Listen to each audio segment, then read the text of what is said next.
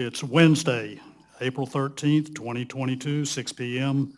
This regular meeting of the Board of Commissioners is called to order. If you will now join Mr. Trask in the invocation and pledge of allegiance.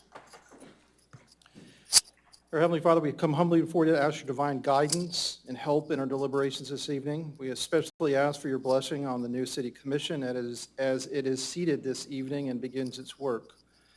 We give our special thanks for the many years of faithful service given to the citizens of Madeira Beach by your servant, Vice Mayor Helen Price. Our prayer is that Vice Mayor Price will continue to participate in the affairs of the city of Madeira Beach so that our contributions can further enrich our lives. This we pray. Amen. I pledge allegiance to the flag of the United States of America and to the republic for which it stands, one nation, under God, indivisible, with liberty and justice for all.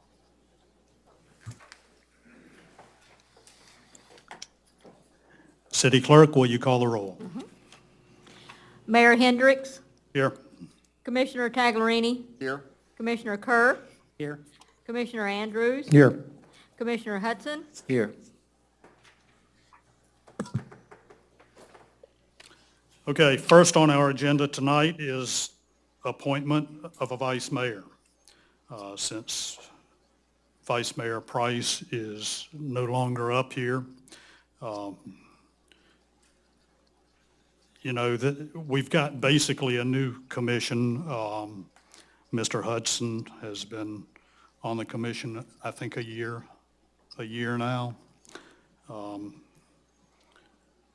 So really, to me, there is only one choice up here that has the knowledge to be the vice mayor. So with that, as Mr. Andrews is the most senior commission member, I would like to nominate Commissioner Andrews to be our vice mayor. I'll second. Any discussion amongst the board?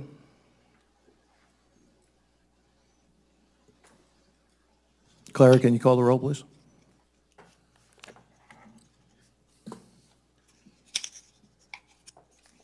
Mayor Hendricks, Yes. Commissioner Hudson, Yes. Commissioner Taglerini, Yes. Commissioner Kerr, Yes. Commissioner Andrews. Yes. The motion carried 5-0. Thank you, Mr. Mayor. I appreciate that. Thank you. I am honored, although being the vice mayor is like being the guy that plays behind Lou Gehrig because you don't miss any meetings, but I will be happy to be your number two. I appreciate it. Thank you. Thank you. I have to laugh. I went to a function, I think it was a chamber function, and they go around the room asking everybody what they do. And when they got to me, I said, I shake hands for a living. Next is approval of the agenda. And one of the things that is on the agenda is under new business, item D. And I would like to move that item to right after presentations. That's good by me. And I had another one on here, and that was under contracts and agreements, item B, software licensing agreement with Aclarion LLC. I would feel more comfortable with Mr. Gomez being here to discuss this because he's got such a strong financial background, having been city auditor of Clearwater for 16 years. My personal preference on that particular item, since Mr. Gomez is not here tonight, is to move that to the workshop so that we can discuss it before we make a decision on that. Is that okay with the rest of the board? It's acceptable to me as long as we don't, do we have a timeline on that? Anybody, are we out of a contract, or so we have a month in order to do it, right? We're good? Okay. Okay. I'm fine with it. Good.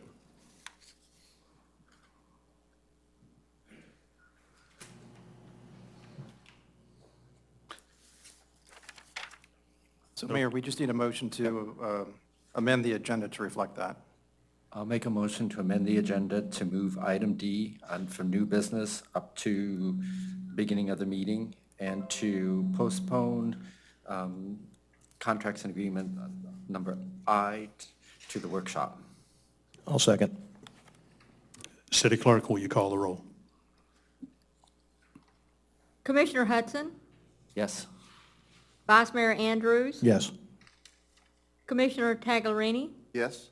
Commissioner Kerr, Yes. Mayor Hendricks. Yes. The motion carried 5-0.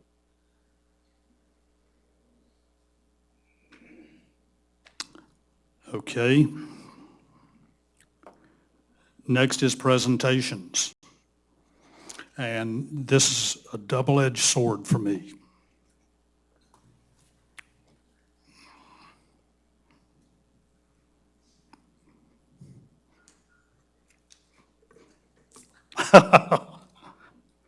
Because I campaigned 2 years ago with Helen Price, and she became a good friend. So, although she's not going to be up on the dais with us anymore, I would like to present her with this plaque. And on behalf of the city of Madeira Beach and its citizens, we thank you, Happy, for your service in making this a better community.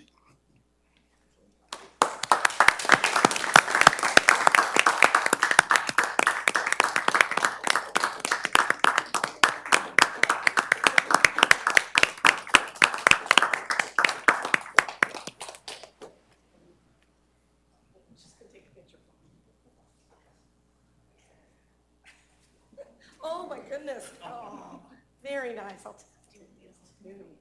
Oh, very nice. Thank you.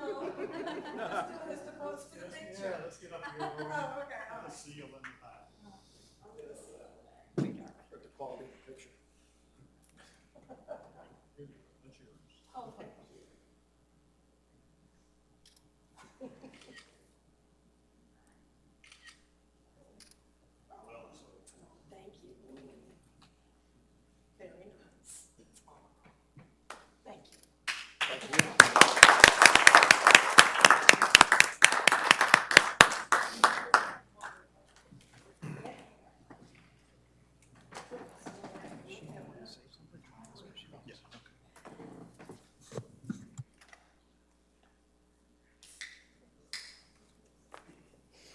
So, Happy, have you got some words for us, words of wisdom? No, for once. For once, I'm not talking. Oh, no. The podium is yours if you would like it. I guess I could just say. Wing it. Yeah. Thank you, everybody. I loved working with you all, especially Clara. Very good. But it was a great opportunity. It was a fantastic way to learn my city and learn the people here. And I really enjoyed it. I'll miss it a little bit, but I did not miss deleting all those meetings off my phone. I got to tell you, that felt pretty good. So I think we're in good hands. We'll carry on. You know you're supposed to state your name and address when you come up. I will next time. Thank you so much. Very nice.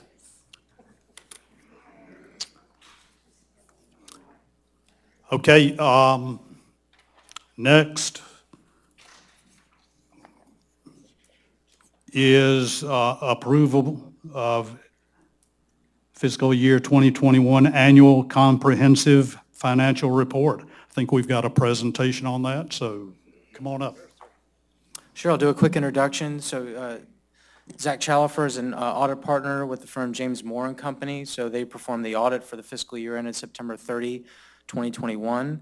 We completed the audit, issued the final report towards the end of March, and then submitted the what's called the ACFR, the Annual Comprehensive Financial Report, to the GFOA, Government Finance Officers Association, to apply for the Certificate of Achievement in Financial Excellence. So at least in my opinion, it was a smooth audit. Appreciate all the work involved, both from the audit team and Zach and his team, as well as my internal staff, my finance staff.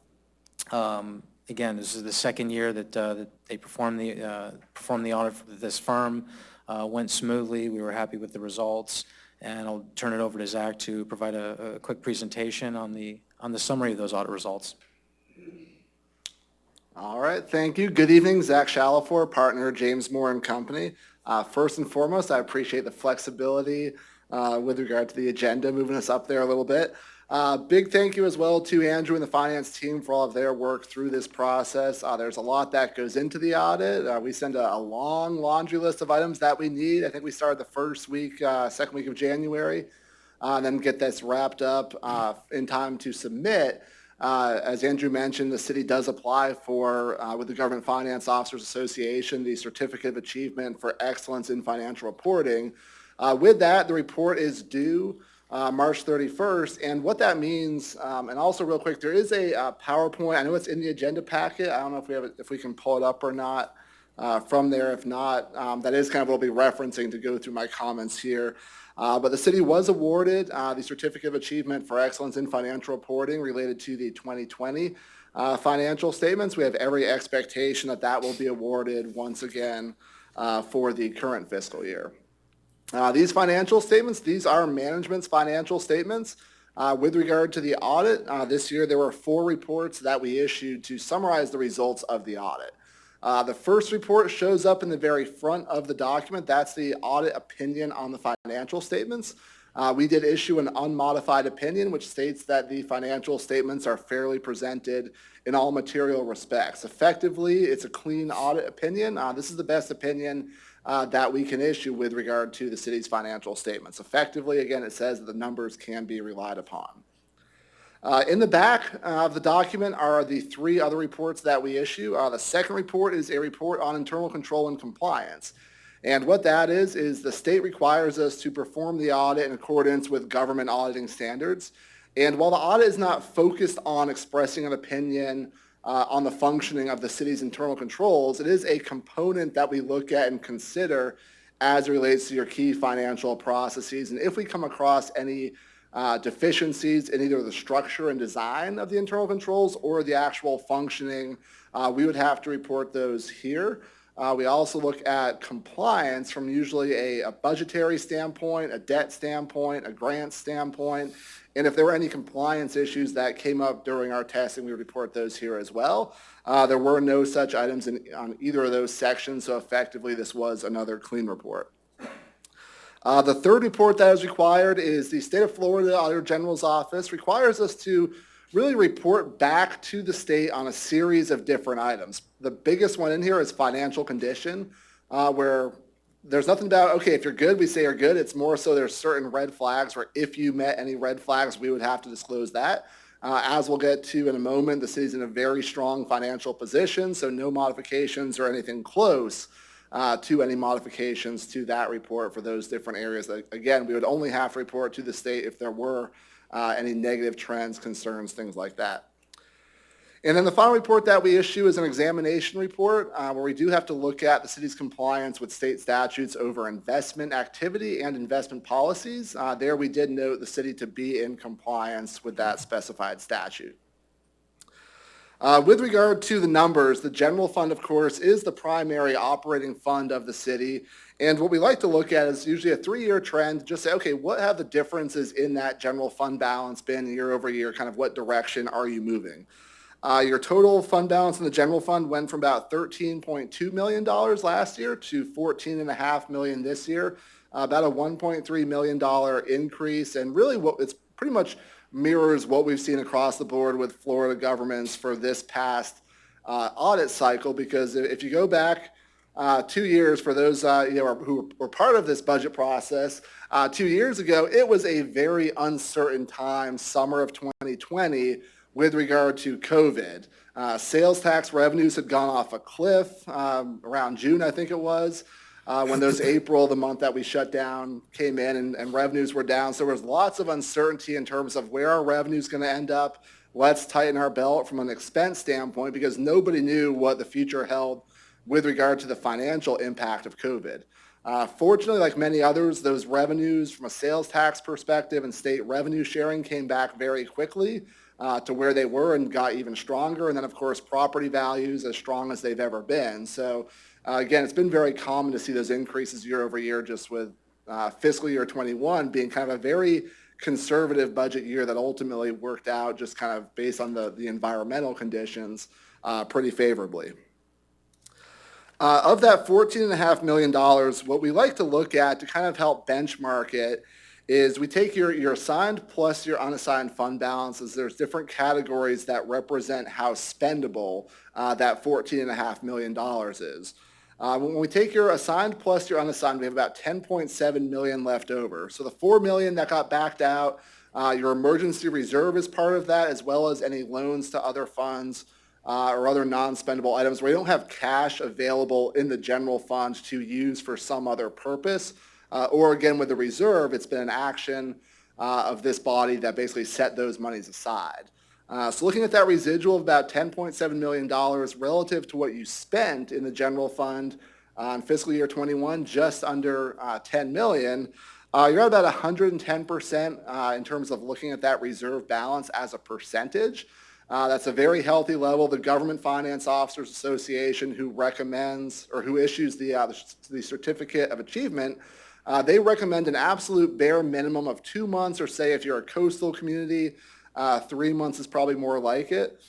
You all kind of, as we looked historically, have generally been a fair amount higher than that, which is consistent with a lot of other governments where you don't have this huge cash cow of a utility fund or something like that, where, you know, we talk about reserves. Generally, it's really for the cash flow of it, because if a bad hurricane comes through, hopefully 90%, whatever, of that money eventually does come back into the city, but the timing to get money from FEMA is years and years. So that's generally kind of why we look at reserves, to say you want to have cash balances on hand so that if there ever was a bad storm or other situation, you've got the cash to get through that and not have to go borrow and pay very high interest rates just to kind of make ends meet until you get those dollars back from FEMA. So overall, a very strong position, again, for the general fund, especially coming out of the uncertainty of the last 2 years with COVID.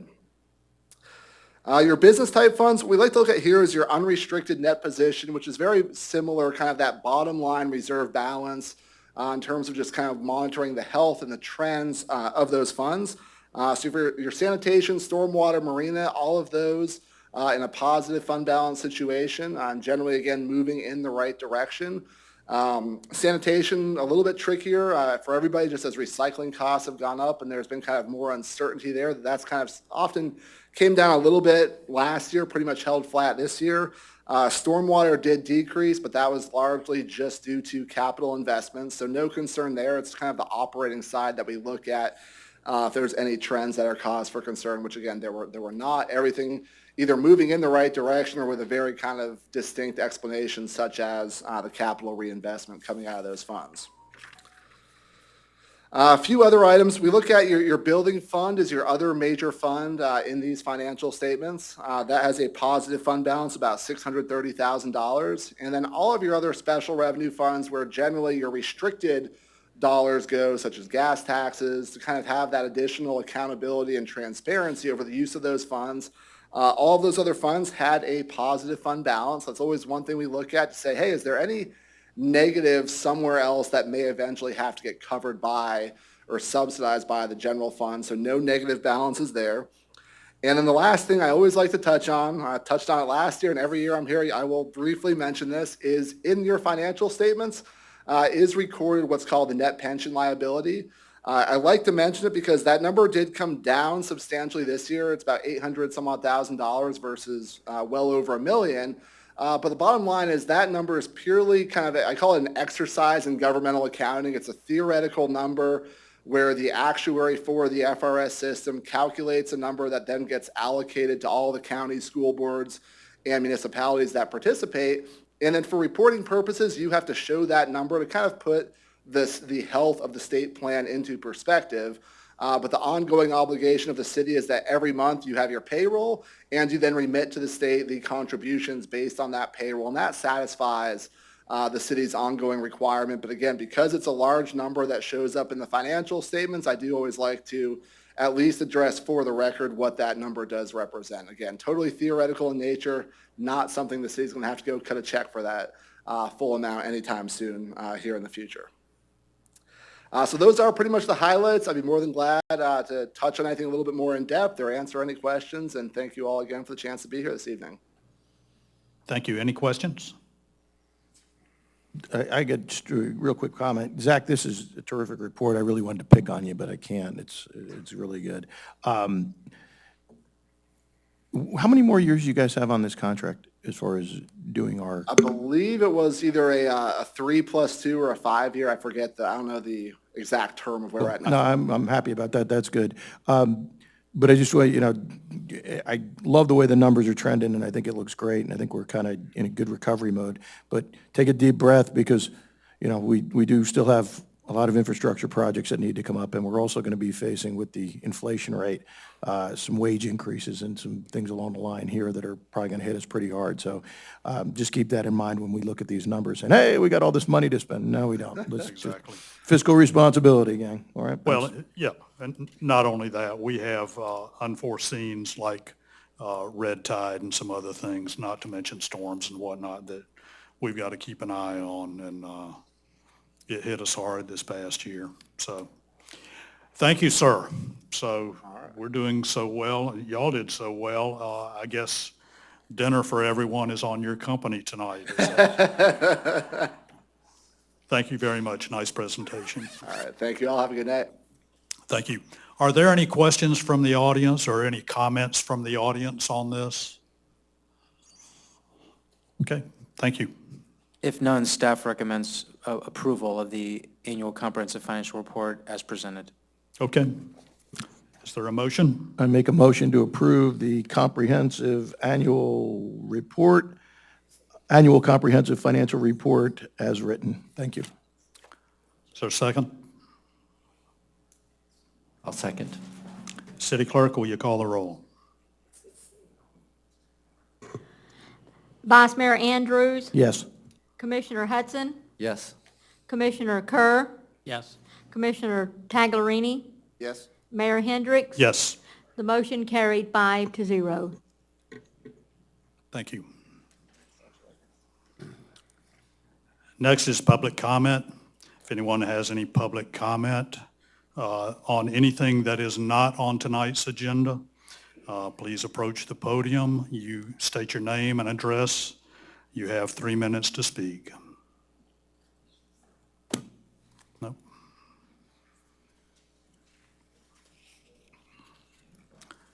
Next is the consent agenda. I'll make a motion to approve the consent agenda as written. I have an objection to one of the workshop meeting minutes of March 23rd.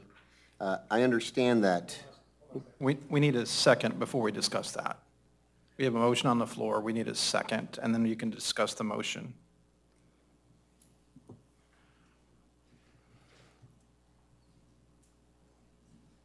If we don't make a second, it just falls apart, right? We need another motion before we have any discussion. You have discussion on the motion, so we need a motion one way or the other. I'll second the approval of this consent agenda. Does that open it up for discussion, or does that open it up for a vote? sorry, I got that out of order. I understand that non-agenda items aren't necessarily written into the meeting minutes, but discussion was had just towards the end of the workshop meeting. Commissioner Hudson brought up the retainment of Helen Price on the Library Board of Trustees, and there was just some interchange regarding that she certainly could, and Mayor Hendricks indicated that she could stay there according to the bylaws. And I just wanted that reflected in the minutes that happened, if possible. I'd be happy to add that in. I know you're new, all you're new. Anytime when we send out the minutes, if you have something that I need to do on them, email that to me. It's the city clerk that does the minutes and all, if you will, but I'm happy to add that comment that he commented about the library board. Thanks. I'll remember that for next time.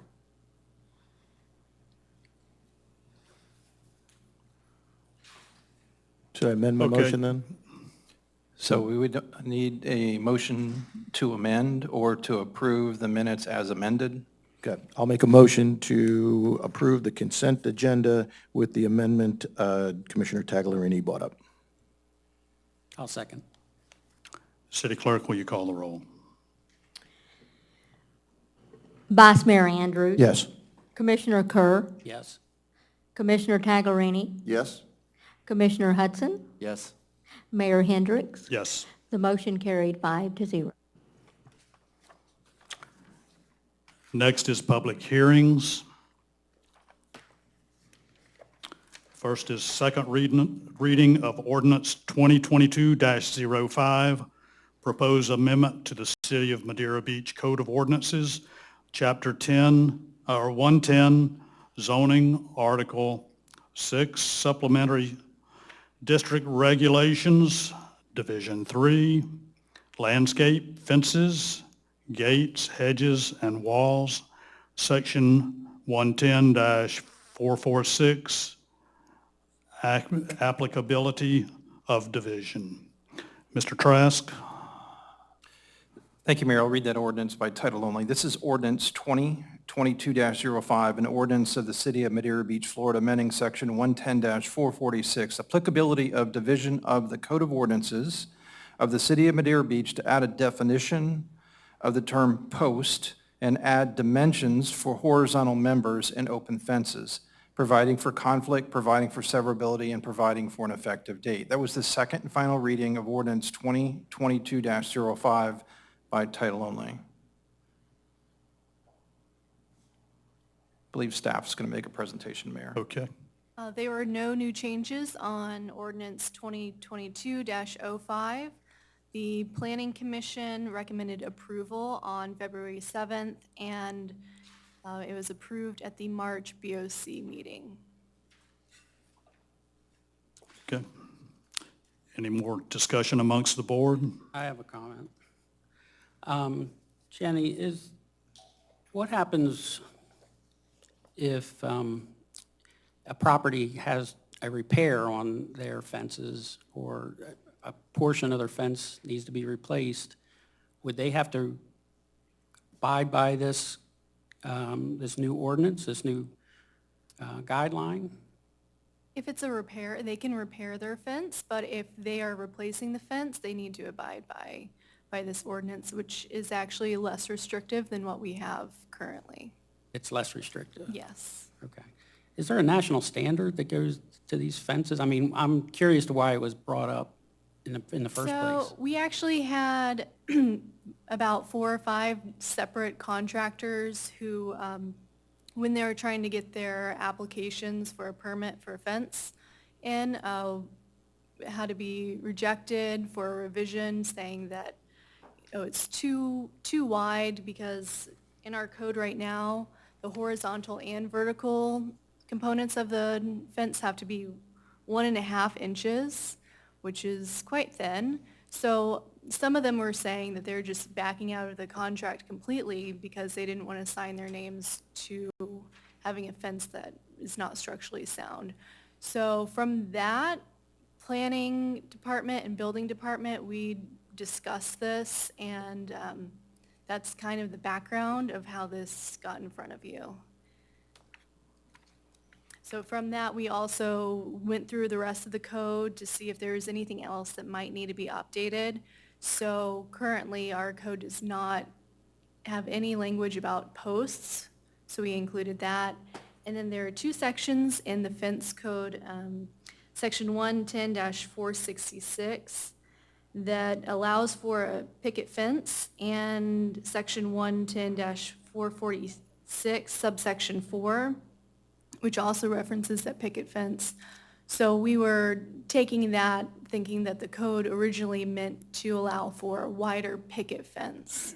So that's where those other amendments came from. And is this citywide, or is it strictly with certain zone? This is citywide. Citywide, regardless of whether it's on the water or not? So if you're on the water, you can have an open fence up to 4 feet, whereas if you're on an interior lot, you can have a 6-foot solid fence. But that's in a separate section. It's still in the fencing section. Okay. But we weren't changing any of that. Yeah, all that's consistent. Okay. So I just have a clarification. I see the horizontal members and the vertical members as 1.5 inches, current proposed 2.5, proposed 3.5. Is that a range from 1.5, or does it have to be now 2.5 to 3.5? It can be up to 2.5. So it's a range of 1.5. Okay, because I just saw that these recommendations are being made by fence contractors, and I wonder, are they requesting that we put in our code to buy their fences only? And I just looked around at Home Depot. Most of them are 1.5, the ones that are prefabricated. So that's not an unusual dimension. But we don't have to go 2.5 or 3.5. We can go from 1.5 to those. Yes, yes. It can still be 1.5, and that's completely Okay, fine. yeah, I just want to clarify that. Thanks. Of course. Okay. Is there any public comment on this?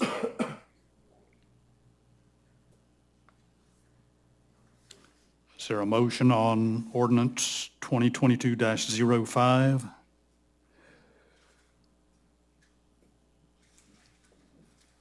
I'll make a motion to pass ordinance 2022-05 on second reading. I'll second it. City Clerk, will you call the roll? Vice Mayor Andrews. Yes. Commissioner Taglerini. Yes? Commissioner Hudson. Yes. Commissioner Kerr. Yes. Mayor Hendricks. Yes. The motion carried 5-0. Next is second reading of ordinance 2022-06. Mr. Trask? Thank you, Mayor. This is ordinance 2022-06, an ordinance of the City of Madeira Beach, Florida, amending Chapter 110 zoning, Section 110-261 setback requirements for the C1 Tourist Commercial District, Section 110-321 setback requirements for C3 Commercial District, Retail Commercial District, Section 110-351 setback requirements for C4 Marine Commercial District of the Code of Ordinances of the City of Madeira Beach, providing for conflict, providing for severability, and providing for an effective date. That was the second and final reading of ordinance 2022-06 by title only. We have no changes to the ordinance 2022-06. Planning Commission recommended approval on February 7th and was approved at the March BOC meeting. Okay, floor is open for discussion. I have a comment. In the C1 district, which includes the section where it's currently parking gravel area, I'm just wondering how that will impact that area when it's developed. There is no, well, the rear setback, I'm not sure how that's addressed here. By looking at the map, it's more retail, but there's, with the clarification that can be hotel or whatever, I'm just wondering how that, I want to make sure we get our head around what all that means for that area. Didn't really pose a question there, but I'm just wondering, I wanted that open for discussion, that we're not just thinking about, I mean, the whole idea that this came up is what if we get the big hurricane, the big flood, and that has to be rebuilt, and the whole basis is because it's already there and it's already built to these requirements, and that's throughout the next few zoning changes. Yeah, I would say we'll come up with that as well when we, I think it's the next ordinance with C1. We'll be reviewing a lot of that, so a lot of those questions will be helpful in that ordinance. But this is just the setbacks in all commercial districts, C1, C3, and C4. We're trying to account for what is there, what is legally non-conforming, so you can build back to what is there. You can still have that Main Street feel that's down in C1. And we also have Linda Portal on Zoom, so she might come in and answer any of these Okay, questions. I might be ahead of myself on that. Okay. But that's really my biggest concern, is has that been thought out? You know, how's that going to impact that area? So I can table that until the next one. Okay. I have a question about the C4 marine commercial setbacks. The side yard, I'm assuming this is the part that goes up against where people live. There was no guidance before. Now there's an additional 5 feet for landscape screening. So does that mean it's maximum 5 feet that they have to go before something can happen there? And is it, you see what I'm saying? There was none in the current side yard abutting residential use, and now there's an additional 5 feet. So addition to nothing, so is it just 5 feet? No, so you're talking about C4, is that For correct? marine So commercial setbacks. C4, right now it's 10 feet. So this would add an additional 5, so it would be 15 feet. So it's side yard in the commercial. What about side yard residential? It says not, it says none at this point. Side yard is 10. So this would be if you have a commercial use next to a residential, Right. like a house or a duplex, you would have to do an additional 5 feet. So you would have a 15-foot setback. Okay. Thank you. And I believe Linda wanted to speak. I think she might be muted. If Tom could unmute Linda. Linda, can you hear us? Can you unmute?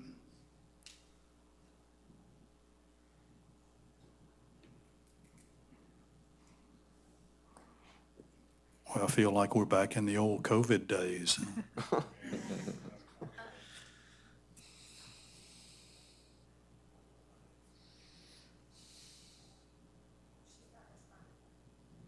Oh, okay.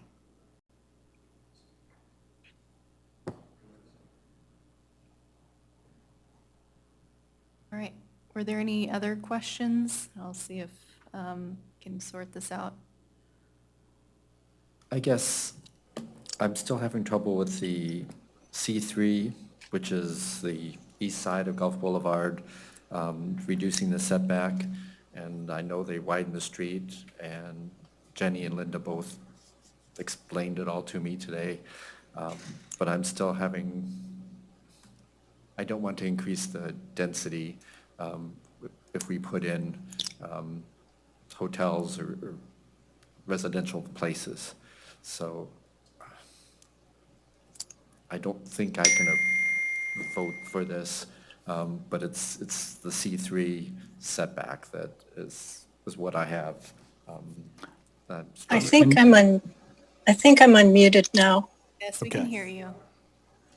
Thank you. I want to be really clear about this because it's a very important planning consideration, what Commissioner Hudson has just brought up, and that is that a change of setbacks cannot have any impact on densities. This does not increase the density. It just changes what position you can put the building on site.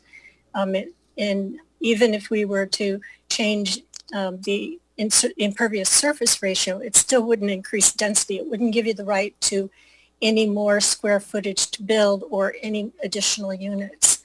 That's the density question, and that is really a land use issue and something that can be further defined by zoning. We'll be bringing all that back to you when we go through the comp plan amendments to try to better reflect what we have on the ground here in Madeira Beach, and also to respond to our legislative requirement to be consistent with the county's plan. But we aren't proposing any change to the density. The purpose in the C3 setback change would be, one, to recognize that the old form of development has those buildings up closer to the road, and they've already lost 17 feet off of their front yards. If we now come back with a new building, we tell them you can't put it back where your existing building is. Now you've got to set back an additional 20 feet. Then they've lost the use of a whole lot of property based on two different government actions. Additionally, we want to really make clear that we're not talking about the setback from the road itself, but setback from the right-of-way, from the property line. So that would mean that everything between usually the outside of the lot side of the sidewalk, you would be setting back from there, not from the road. We do understand the concerns. It's a big shift if you if it was a suburban area where things had always been set way back. It would seem a much bigger shift than what we're proposing here. We are trying to implement or proposing to implement corrections to our code that have created a lot of nonconformities, at the same time reflect more modern planning standards that we've been using for the last 40 years to try to create better urban design and better urban places along the sidewalk, so that the development, I'm sorry about the dog. He's not very good at meetings. The development pattern that we used in the 60s and the 70s, where we expanded our roadways all the way through the middle of our towns and tried to make it really comfortable for the cars to go fast and easy to park, actually had significant detrimental effects on our economy and also on just the quality of life. And we're trying to reverse some of that by going back to a more traditional form of setback and in development style. We will be dealing with all of this in greater detail, of course, as we come back with changes to the comprehensive plan and then the updates to your zoning. So these are things that we will be talking about again for sure. So some of these properties actually have either water behind them or an alley behind them. So if we don't do this, they end up, if they have to rebuild, some lots could actually be too narrow to build on. We did have that same kind of thing happen along Gulf Lane, between Gulf Lane and Gulf Boulevard, where changes to the setbacks affected where the building could be placed. And in fact, what we'd had to do is go through variance procedures on each development to allow them to be closer to either one side of the road or the other, because there just wasn't room enough to put both the front and the rear setbacks into place. Okay, thank you, Linda. Has anyone got any more questions for Linda? Okay, for the dense commissioners, so if we reduce the setback on the front, that can't allow a larger building on the lot? Correct. It can't allow more floor area. It's just the placement of the building. It's kind of the relationship between where you put your parking and where you put your building. And what we try to do is encourage more building or more kind of service activity up closer to the street. In other words, we'd be glad if people set their building back, but they put little cafes up front so that when you drove by or when you walked by on the sidewalk, there was something going on and something to see. But it does not allow you to build a bigger building, no. I think I know the answer to this, but I just want to confirm that this won't have any impact on parking requirements for the business. Is that correct? That's correct. Anybody who comes back with a new building would now have to meet updated parking requirements. We have a lot of situations along Gulf Boulevard in particular where things were put up before there were parking standards, and so there's not enough parking. Right. We also do need to come back and look at our parking standards because they're old. Even though they're newer than the buildings, they're still old and not necessarily responding to the type of business mix we have in an island community. So that's something that we need to look at as well. But at very least, anybody coming in with a new building would have to meet current standards, and that's considerably higher than it used to be. Thank you. Yeah, I think part of what we're doing is going back and correcting things that haven't been looked at in 20 or 30 years. And Gulf Boulevard was expanded back then. A lot of property was taken away to where you have pushed the streets right up to the front doors of businesses. I have a question.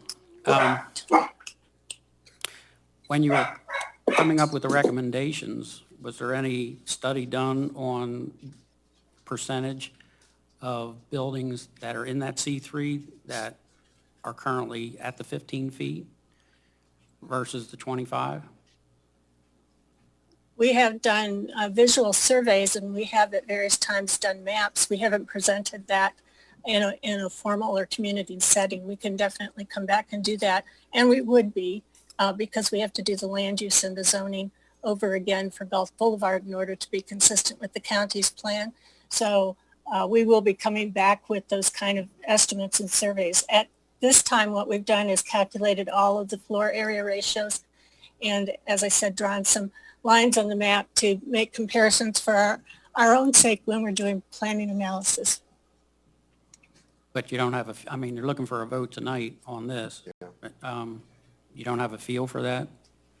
I mean, I know some buildings are set way back, but not many. Many feel like they're right up on the sidewalk. And I understand you have maybe 8 feet when you count the sidewalk before the 15 feet starts.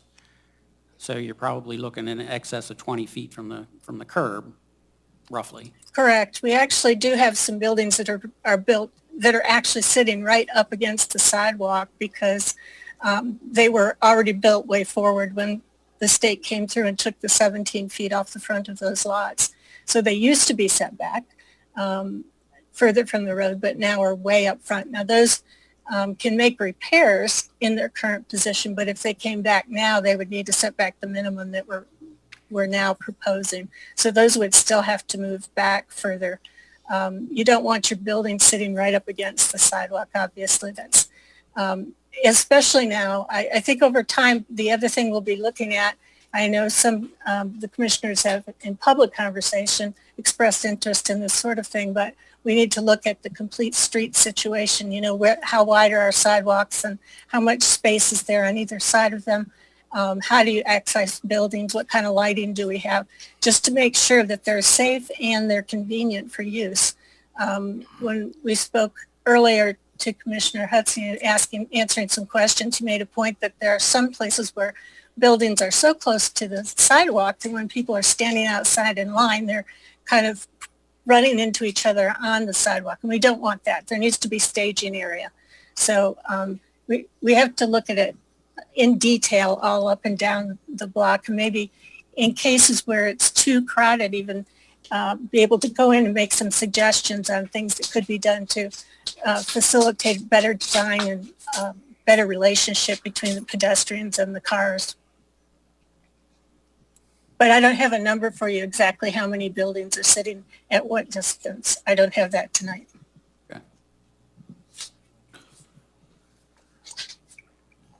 Okay, any other discussion? Is there any comment from the audience?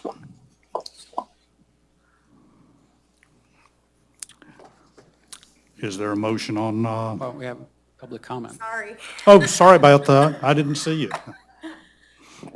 Jean Farnan, 574 Johns Pass Avenue.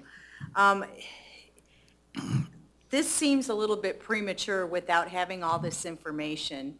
I understand the underlying thing is if we were to have a catastrophic hurricane and we couldn't rebuild Johns Pass Village, but it just seems like there's this huge blanket of changes without having any specific information really to analyze. I think it would be a good idea to find out how many non-conforming properties are non-conforming because the owners went ahead and did things out of existing code and without permits that they became non-conforming just by their ownership. You really have to anticipate what could go wrong. And without having really facts, I think it's a little bit premature to do a blanket approval of an ordinance and then all the other information will follow later. That's just my opinion. And some of these properties, you know, why couldn't they specifically be grandfathered as opposed to a blanket change to setbacks for just about everything?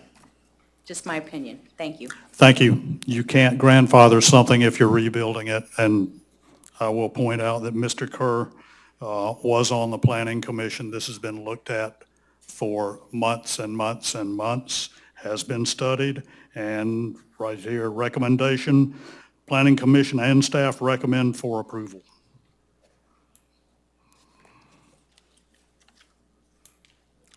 So, yes, sir. Public evening. comment? Yes, my name is Joe Martin. I live at 150th, 423 150th Avenue. It may not be pertinent to exactly what we're talking about here, but the topic of setbacks have come up. And I want to comment on the fact that we've been property owners here since 2008, and we attended several meetings back in 4 or 5 years ago about when the discussions were hot and heavy over hotels and condos, et cetera, on Madeira Way and 150th Avenue. And there was many discussions about the height of buildings and setbacks and traffic studies and beautiful wide tree-lined walkways along the north side of 150th Avenue all the way up to the Don Stewart Causeway and underneath to what is now the Denosios development. I understand that this was all approved by the Board of Commissions. We haven't been here since 2020, and when we returned in November past, we were most surprised at what is developed, that there's no wide treed walkways, but a narrow sidewalk butted up by condo buildings. The setbacks, which were so referred to in the past, are now non-existent. So we would like to know what's going to happen with the rest of 150th Avenue. When you talk about setbacks here tonight, which may pertain to certain topics that you're looking at, but what's happening to our community? Like these setbacks that were approved before, all of a sudden disappeared. And who approved that? Surely not the Board of Commissions. Food for thought. Thank you. Anyone else? Is there a motion for ordinance 2022-06? I'll make a motion to approve ordinance 2022-06 on second reading. Is there a second?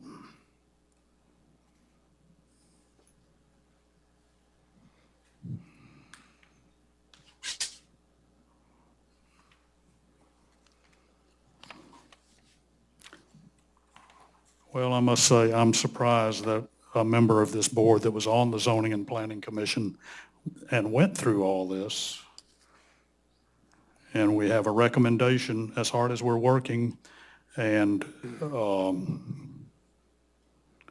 the Zoning and Planning Commission recommends approval.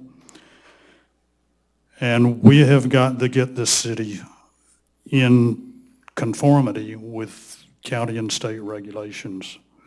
So a lot of this is actually cleanup for a lot of what we're doing. So I will again ask for a second.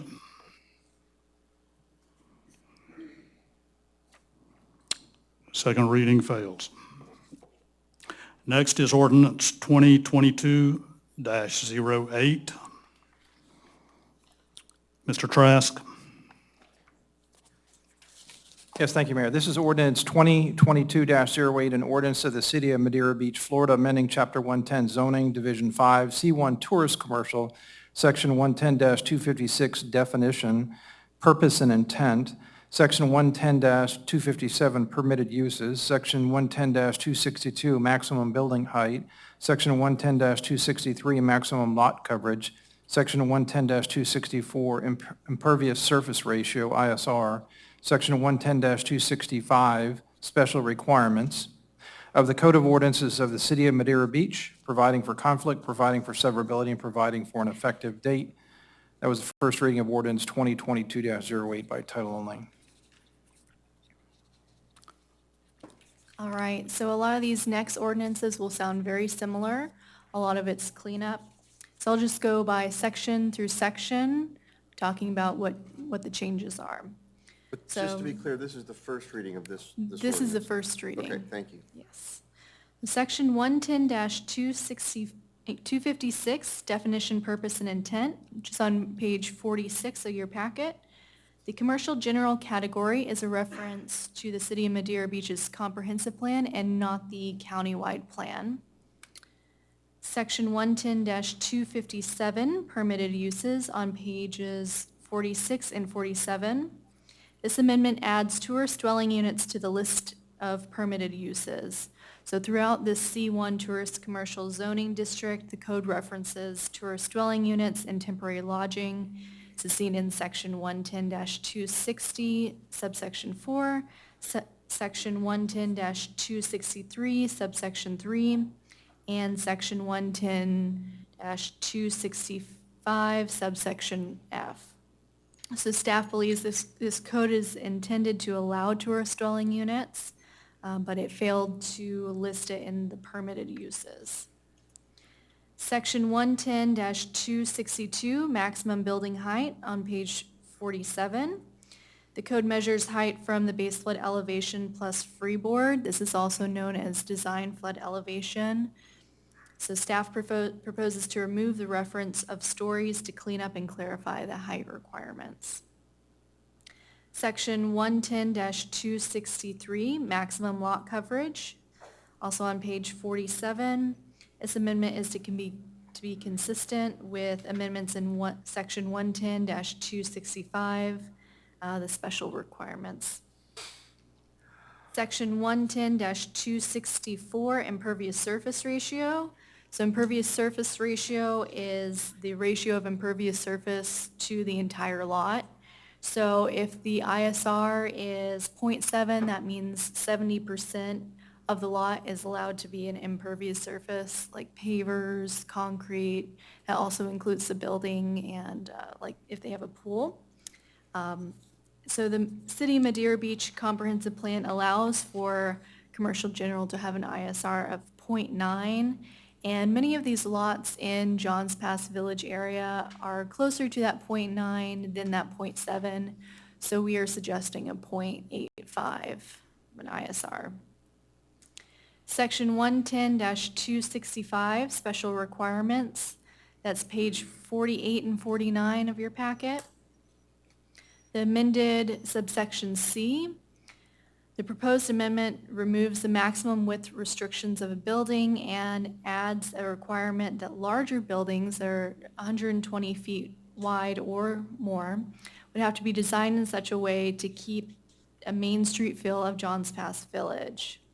The amendment section provides for a continuation of this quality by requiring larger buildings to be designed in a way to create that multiple building feel in increments of 40 feet, because the lots were originally platted in 40 feet increments. The removed subsection D. This section should be removed to always account for the entire floor area ratio and not to exempt certain areas from being measured. The new subsection E. Many of the mechanical units are already located on the top of the building or shielded from the public right-of-way. This ensures that all new mechanical equipment is shielded or not visible from the right-of-way, just to keep that character of the district that's so important. The removed subsection F. The county allows for higher densities throughout the countywide plan rules, but Madeira Beach does not qualify for this allowance, nor does Madeira Beach agree to allow higher densities. Subsection F, which is new. This amendment considers the proposed side yard setbacks of none. Buildings constructed on the property line would have to build the wall to meet Florida Building Code and firewall standards. Okay, thank you. Floor is open for discussion. You gonna go, Commissioner Hudson? I guess just for explanation, this C2 is the zoning that's along the boardwalk, Johns Pass, and the area off the boardwalk further to the east and north. So we're talking about a fairly small area. This is actually C1. The C1. next one will be C2. So C1 is, if you look on your Okay. map, it's that The pink. big triangle, What was that? the triangle then. Yes. Okay. And the gravel area behind. That That lot that is used for parking right now, that's also in that C1 in the pink. So if you look at the zoning map, everything that's that light pink, that's that C1 zoning.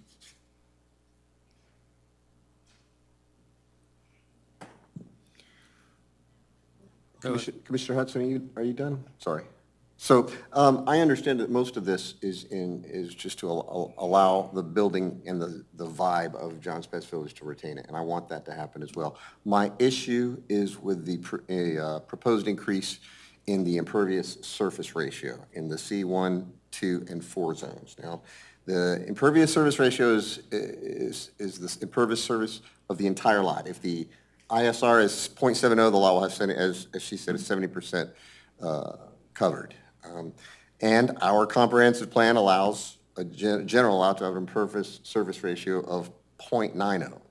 This is of concern because according to the Ecosystems Research Division of the Environmental Protection Agency, changing the impervious regions on coastal communities, which is certainly what we are, has significant impacts on the biodiversity and health of the coastal waters. In other words, soil erosion. We have to start thinking of ISR in terms of soil erosion, because that's a big concern of ours. This is because there's no method to restrict or reduce the flow of polluted runoff into the coastal waterways. On the one hand, we've paid for a study to research the problems of soil erosion on our beaches, and in the past, and on the other hand, we're proposing a change to the code which would allow an increase in the ISR of new construction, which has been proven to exacerbate soil erosion. In addition, water will arrive more quickly when impervious zones are increased.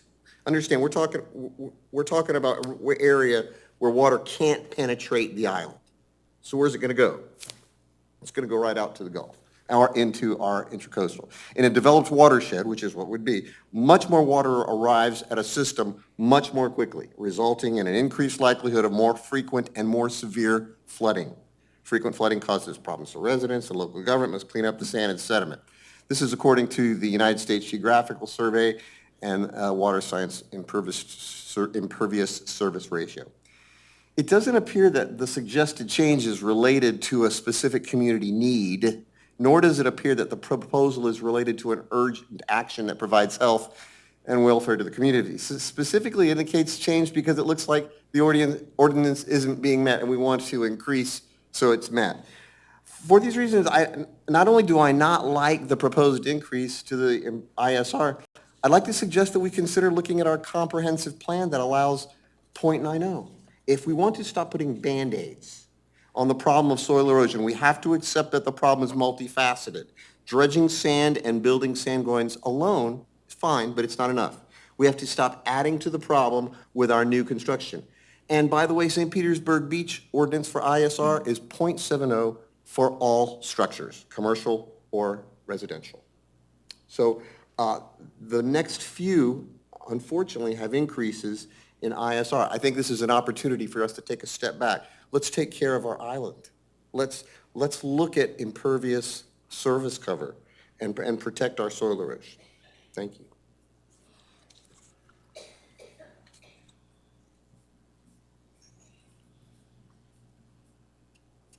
I'd like to know more about that.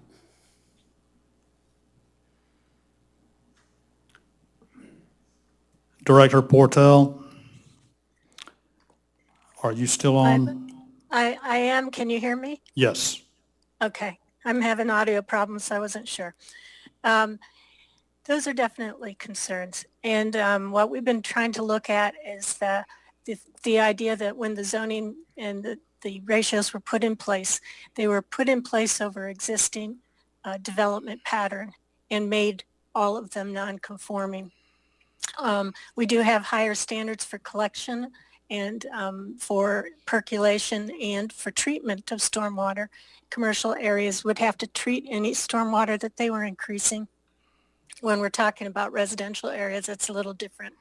But in the commercial areas, they now, if they're going to redevelopment, are going to have to meet the current requirements for containing the amount and also the quality of the water. In other words, they would have to filter before it went anywhere. But largely, we were trying to Does that mean get it back makes to it the impervious, point or that- does it make it pervious? Does it allow water to flow, or is it still impervious and it's just collecting it differently?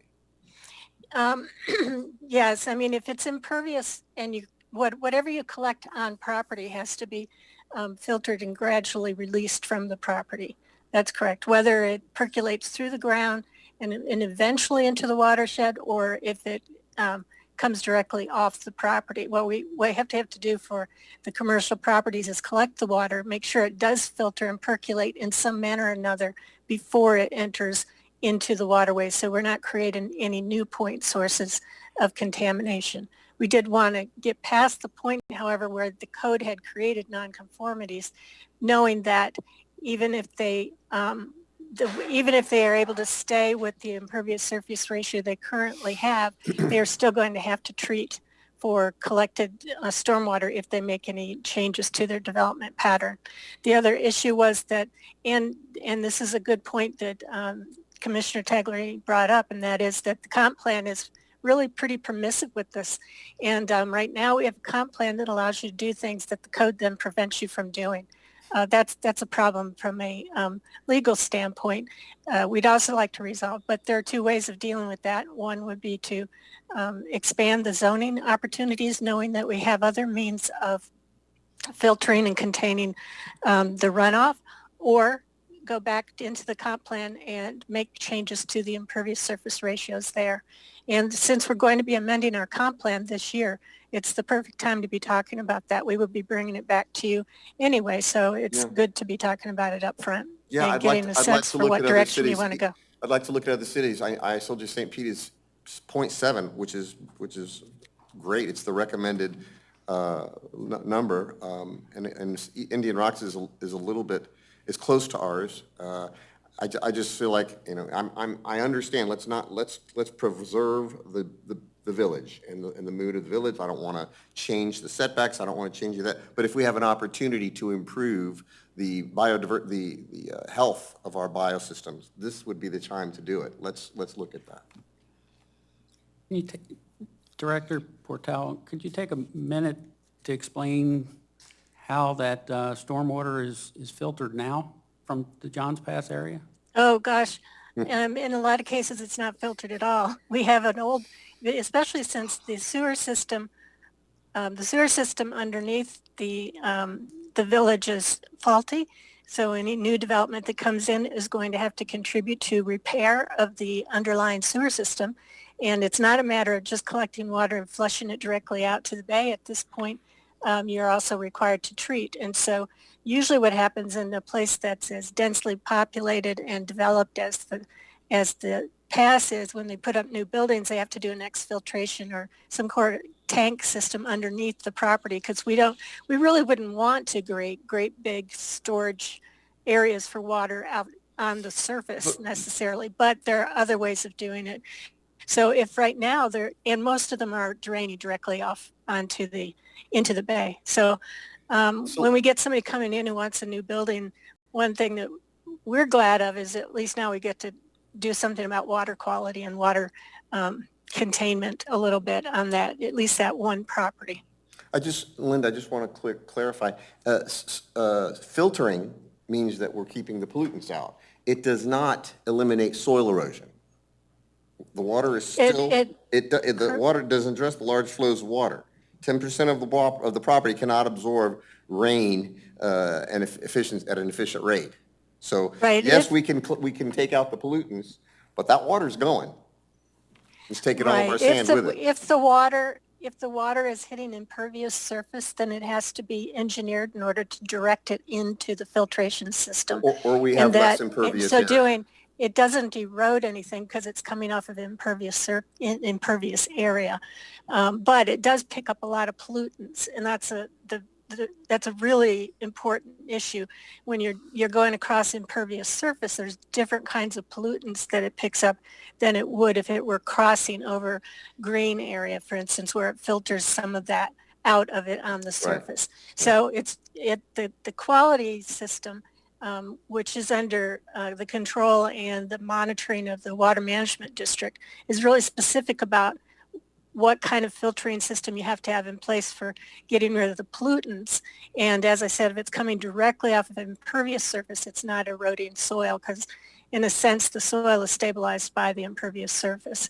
The erosion issue off of other areas, especially unprotected open areas that are along the Gulf, if you have, for instance, commercial areas that have unpaved areas still and are directing their flow across those areas, you'll probably recognize it. You can tell when areas can't grow anything anymore because it's all dirt and it runs directly out into the water.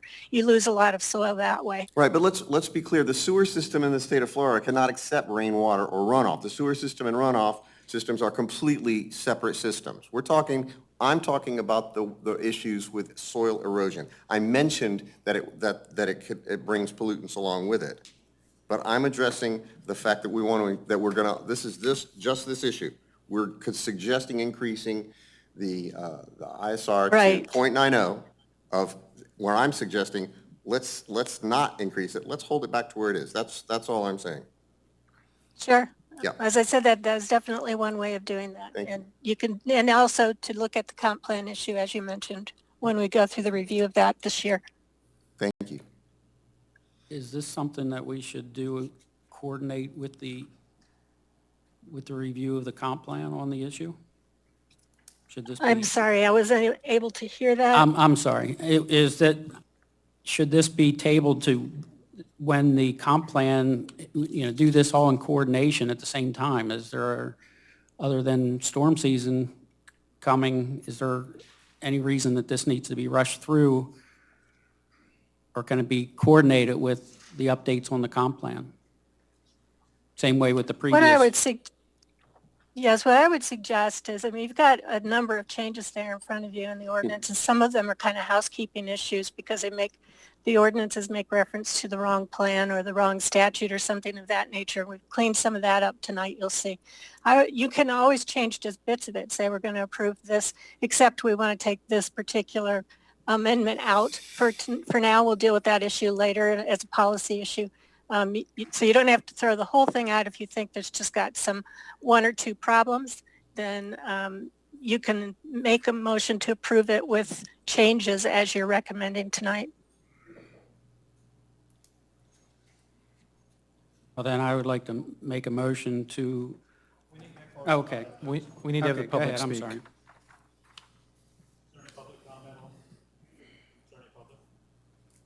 Is there any public comment on this? Okay, now, Mr. Kerr. Sorry about that. It's okay.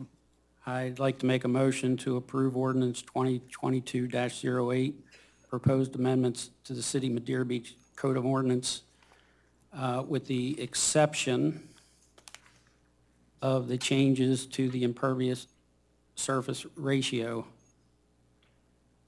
in the code. Is there a second?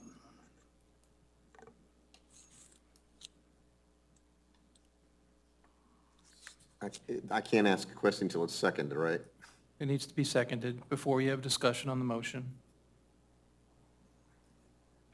I'll second it. So I guess my question is, what happens to the ISR proponents? They're cut out completely, or are they altered? I mean, this is just the first reading, so I understand that the whole thing can be modified until the second reading. But what happens to those then, at that point? It'll come back for discussion at the workshop, I would workshop. think. Is that correct, Mr. Trask? It can come back, yes. So it's my understanding then what we're doing is we're just deleting Section 5, dealing with the ISR in Section 110-264. So is that correct, Mr. Kerr? That's the only section that deals with the ISR. Well, it's referenced, in section 264 and there's another section. No, in section 110-260. Yeah, that's all in 2022-08. So the way I understand it, then the motion is going to be to approve the ordinance without Section 5, which deals with the changes to the ISR. That would be correct. Okay. Thank you. Okay, but in C1, it's all concrete now. If we're going to rebuild it the way it is, we're going to have an ISR that's 0.85 or something higher. So not sure what, I understand your perspective and I understand the goal, but I don't know how we would ever Well, fix it. my point is that I think we need more discussion on it. And more discussion with Director Portal regarding the ISR. And forgive me if I'm wrong, but didn't this go through the planning commission and weren't you on the planning commission? Same way with the last one, but that's at a different level. And at the time, I did agree with it to move it forward. Now, I can't vote for it yet because I have more questions. So that probably should have been brought up in the planning commission. Well, you've never made a decision and said, well, maybe I need to think about that a little bit more.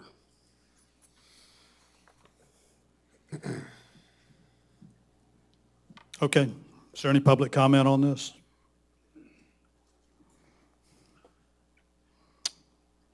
Okay, City Clerk, will you call the roll?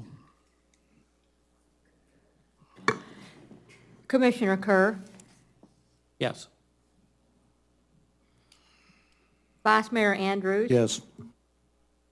Commissioner Hudson, No? Commissioner Taglerini, No. Mayor Hendricks. Yes.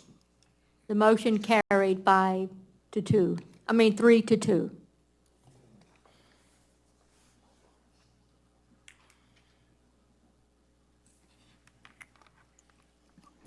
Okay, next is ordinance 2022-09. Mr. Trask?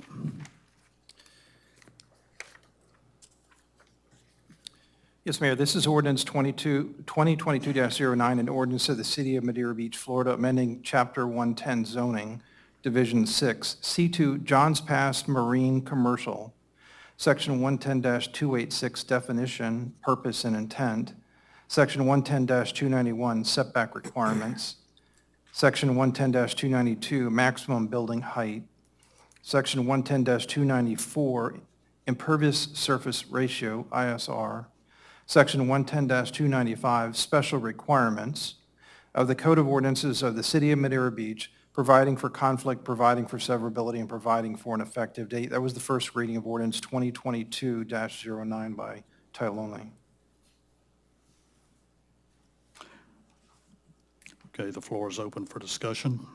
It would be a staff Well, presentation. wait, yep, sorry about that. It's okay. So this will sound very similar to the last presentation. Now we are looking at the Boardwalk District, which is near Johns Pass Village. It's very small. So Section 110-286, definitions, purpose, and intent, on page 54 of your packet. The commercial general category is a reference to the comprehensive plan and not the countywide plan. Section 110-291, setback requirements. It's on page 54. This is reducing the front yard from 25 feet to 20 feet and clarifying and reducing the side yard setback to 5 feet on one side. Section 110-292, maximum building height, which is on page 55. The code measured height measures height from the baselit elevation plus freeboard. So staff proposes to remove the references of stories to clean up and clarify the height requirements. Section 110-294, impervious surface ratio, which is on page 55. The comprehensive plan allows for a 0.9 ISR, and that's more closely related on what's there currently. So there was an amendment to propose it for 0.85. Section 110-295, special requirements. This is on page 55 and 56. The new subsection C, many of the mechanical units are already located on the top or shielded from public right-of-way. So this just assures that all the new mechanical equipment is shielded and not visible, just to keep that character. And that was similar what was in the last ordinance that you just heard. The new D, subsection D, the proposed amendment considers the new proposed side yard setbacks of none on one side. So building constructed on the property line would have to build the wall to meet the Florida Building Code and firewall standards. Thank you. Okay, the floor is open for discussion, and I would like this commission to keep in mind that these things are being done. If you look at your map, these are being done for Johns Pass Village, for these small business owners. Some of them, are large property owners, and they rent out to the small businesses, but still, ultimately, this affects the small business owners down there.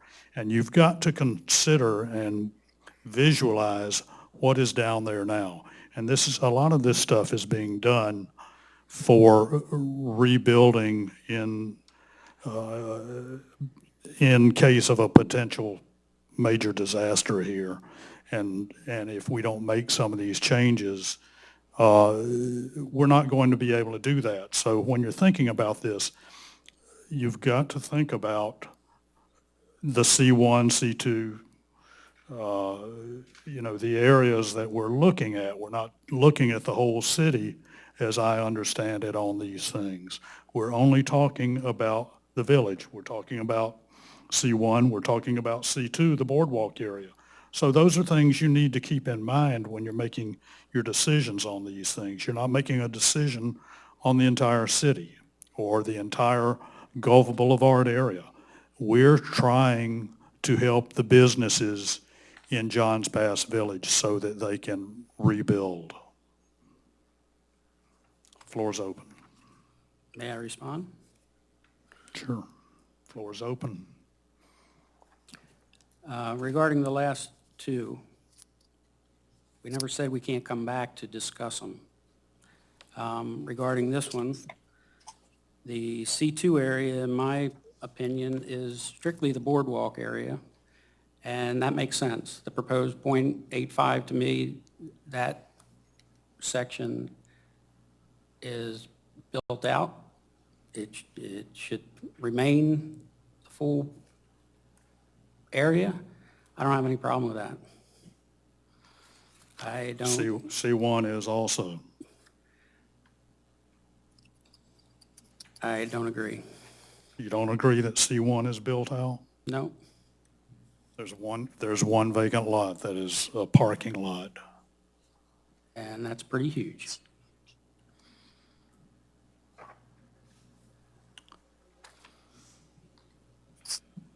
In addition, I'm going to have the same issues that I had before with this increase to the ISR. And I recognize that there are some small business owners, but the trend has been for larger developers or larger owners to come up and buy these spots.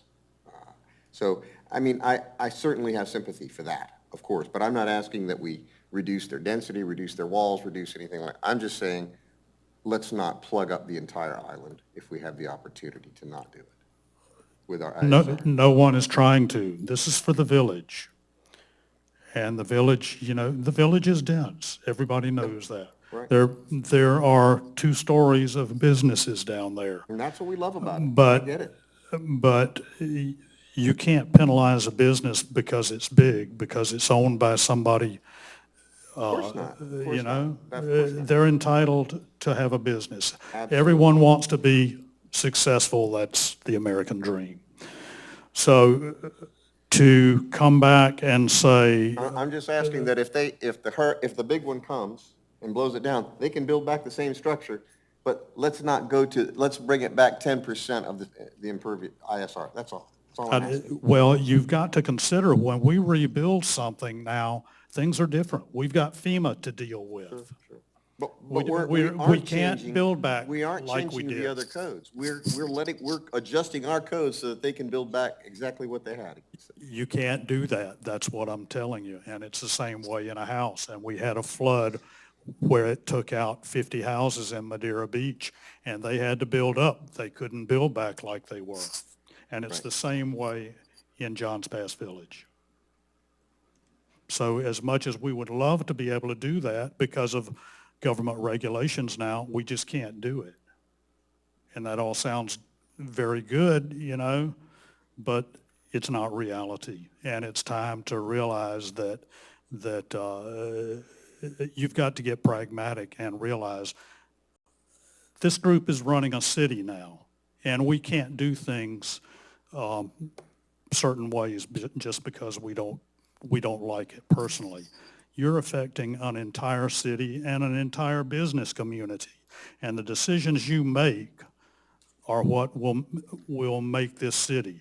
And the decisions you make to generate revenue for this city affects this very city. Absolutely, And if you make bad decisions and you don't generate revenue, then people's property taxes are going to go through the roof. Which is why I base my choices and decisions on geographical surveys, water science, impervious service ratios that come out of the EPA. These are not just preferences. This is studied science.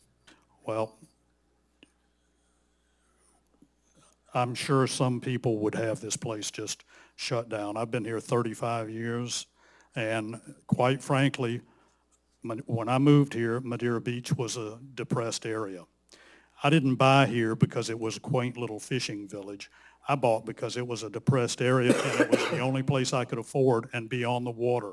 And quite frankly, I look forward to see it being a nice town and not a depressed, blighted area. So you've got to think about these businesses and their ability to rebuild, and that's what a lot of this is. And when I bought here 25 years ago, the sand dunes in front of my house were gorgeous, and I hate that the soil erosion is tearing away a little bit at a time. So that's why I'm making my stance about impervious survey. As a matter of fact, our beaches have been built up with sand. We're the only beach all along here that doesn't need sand nourishment. In fact, we've got sand running out our ears down at Johns Pass. Our groins have saved this city. We've not gotten one drop of sand on beach nourishment since 1957, since when those groins were put in. So actually, you're wrong on that because there's a seawall that runs along the beach, and I know people personally that used to jump off that seawall just west of those condominiums into the water. So in fact, our beaches have built up, not eroded. Thank you. May I, Mr. Mayor? Yeah, look, everybody's entitled to opinions here, and everybody's entitled to ask, and these are really good questions, and I get it. We also have to remember, though, that we are employing professionals that have dotted the i's and crossed the t's with the various governmental agencies. They've worked with the Planning Commission. They've worked tirelessly to present these facts to us. Now, I'm not just saying take them on their word, but they've already been through a couple of things before getting to us.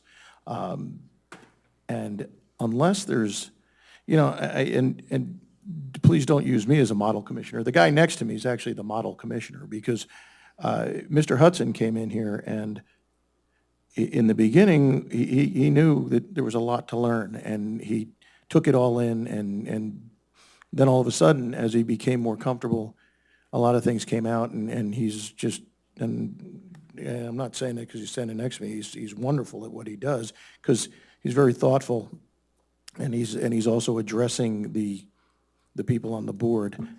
The staff when they're making a recommendation to us. So let's just kind of keep that in mind. I mean, I get it. We all have our own personal opinion. We all can look out our window and say, I don't like this or I don't like that. But it's a bigger picture mentality that we're looking at. And the mayor is 1,000% correct. Everything that we do affects what goes on in the bottom line here, okay? If we cut John's Pass down, okay, if something were to happen and we weren't allowed to rebuild, and honestly, as it stands right now, we wouldn't be able to.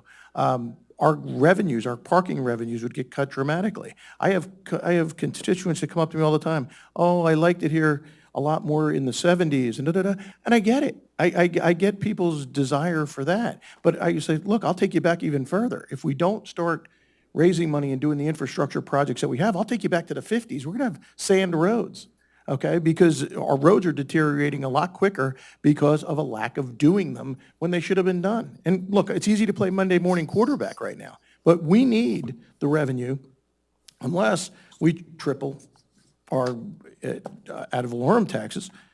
We need this revenue from parking revenue, from Johns Pass and the growth of the city. I'm not saying let's overgrow. I'm not saying let's overbuild. But I think some careful consideration went into these plans. And I think we ought to take a look at that and make sure that we're addressing our professionals on what they've presented to us, not going off and saying, okay, well, I don't like this because.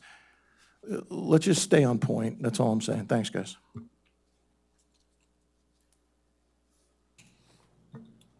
Okay, Mr. Mayor, on 2206, what I wanted to do was just postpone the vote to next month, but we jumped so fast.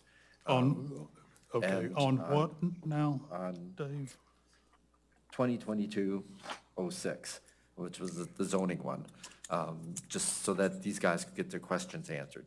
For the last one, I voted no because I was going to vote yes for the original one, so we don't worry about the 0.85. Now this one, we're talking about such a small area, and it's going to cause problems to rebuild. I'm very happy to vote for the 0.85, and I would have been happy to vote for that's why I voted no, because I wanted to vote for the original, the way it was originally written. Okay. So I understand, and I'm happy with it the way it is. Okay, well, and these will come back before us with some modifications. We can take them to a workshop and talk about them a little bit and decide which route we're going to go. So, yeah, let's bring that up and be sure it's an item on our workshop to discuss these so we can go a little bit more in depth. Right now, we're on 2022-09. Is there any more comments from the commission on this? Is there any comments from the public on this?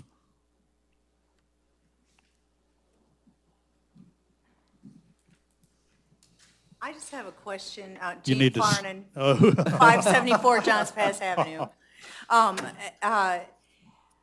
So all of these ordinances are changed, and with this veil of if we should have a catastrophic hurricane, what is to stop these property owners, which many of them are large investors, to start reconstructing, tearing everything apart and reconstructing tomorrow?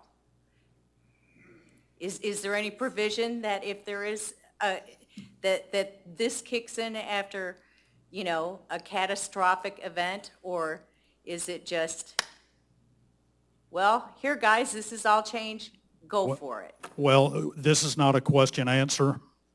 But I will tell you, it's a thought out loud. I will tell you though, if you read it, the max height is 34 feet. That's like from me to the wall. And then it gets turned into planned development. Thank you very much. Sounded like Elvis there, didn't I? Okay, Director Portel, do you have anything else to add to this? These are a lot of little complex issues, all gathered into one spot, and I know it can be a little bit overwhelming. And one thing I didn't say earlier, I wanted to point out, because we've got a couple more of these coming, and that is that the community has done community-wide planning processes before.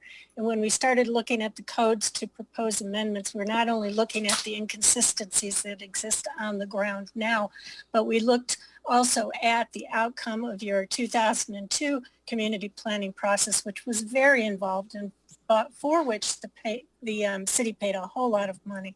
It was $250,000 in 2002. It's a lot of money now, but it was even more back then. And there was a lot of public participation for that, and it came with a series of proposed regulatory design standards that are in keeping with the ones I mentioned that we've been trying to apply for over the last 40 years, some of which deals with things not as environmentally specific as the drainage. Those things are handled obviously by water management requirements, our own standards, which actually are stronger in our comp plan for the processing of stormwater than even the water management district standards are if they're applied literally, which we do. But in terms of design and the way the buildings interact with the street or the sidewalk, all those things were things that the community really did make input to. And we've been bringing that up again when we did our community-wide hearings and our kind of town hall meetings to talk about the upcoming activity zone issues down at the pass. So this isn't an attempt to do something really drastic that nobody'd ever thought about it. It really is intended to create or to recreate the environment of a kind of dense urban village that we have down there at the pass in particular. And it would apply to properties if they came in to do redevelopment right now. In a lot of cases, the buildings down there are already at 100% impervious surface ratio. So going to 85 will actually require them to come up with some space, open space and green space someplace. If they come back and redevelop under the current standards. It would be very difficult to come up with 30% if we went to 70 right on the boardwalk because there's not much land there.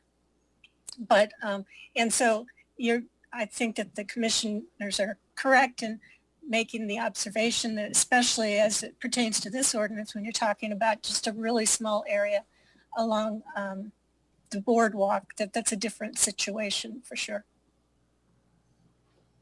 Thank you.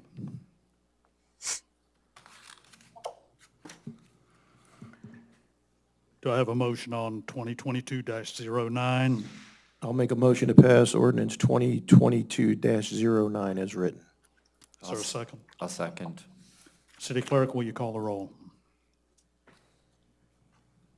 Vice Mayor Andrews? Yes. Commissioner Hudson? Yes. Commissioner Taglerini? No. Commissioner Kerr? Yes. Mayor Hendricks? Yes.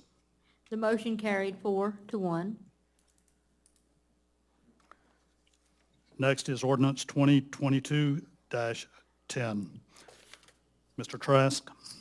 Thank you, Mayor. This is ordinance 2022-10, an ordinance of the City of Madeira Beach, Florida, amending Chapter 110 zoning, Division 7, C3 Retail Commercial, Section 110-316 definition, purpose, and intent, Section 110-320 minimum building site area requirements, Section 110-322 maximum building height, Section 110-323 maximum lot coverage, Section 110-326 special requirements of the Code of Ordinances of the City of Madeira Beach, providing for conflict, providing for severability, and providing for an effective date. That was the first reading of ordinance 2022-10 by title only. Okay, the floor is open for discussion.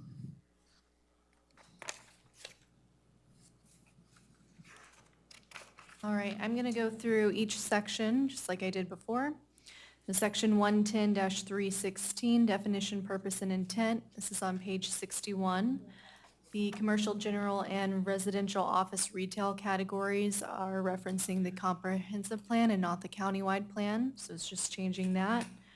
Section 110-320, minimum building site area requirements on pages 61 and 62.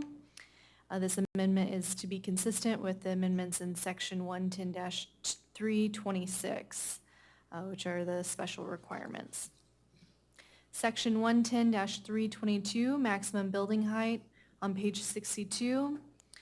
Similar to the other ordinances, the code measures height from the design flood elevation, so this just removes the references of stories to clean up and clarify the height requirements.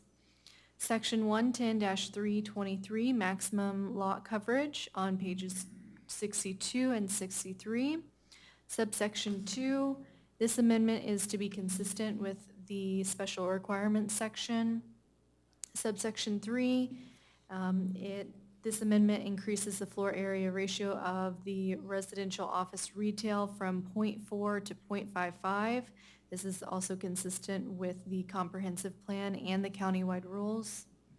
Section 110-326, special requirements. This is on page 63 and 64 of your packet. The amended subsection B. This amendment makes multiple buildings on one lot to have a minimum of 10 feet of separation internally instead of 1/2 of the building height. We're proposing this amendment because the code currently does not specify where this measurement of height begins, whether it's from the grade or if it's from the design flood elevation. The amended subsection C, staff interprets this section to refer to non-residential uses that abut residential properties.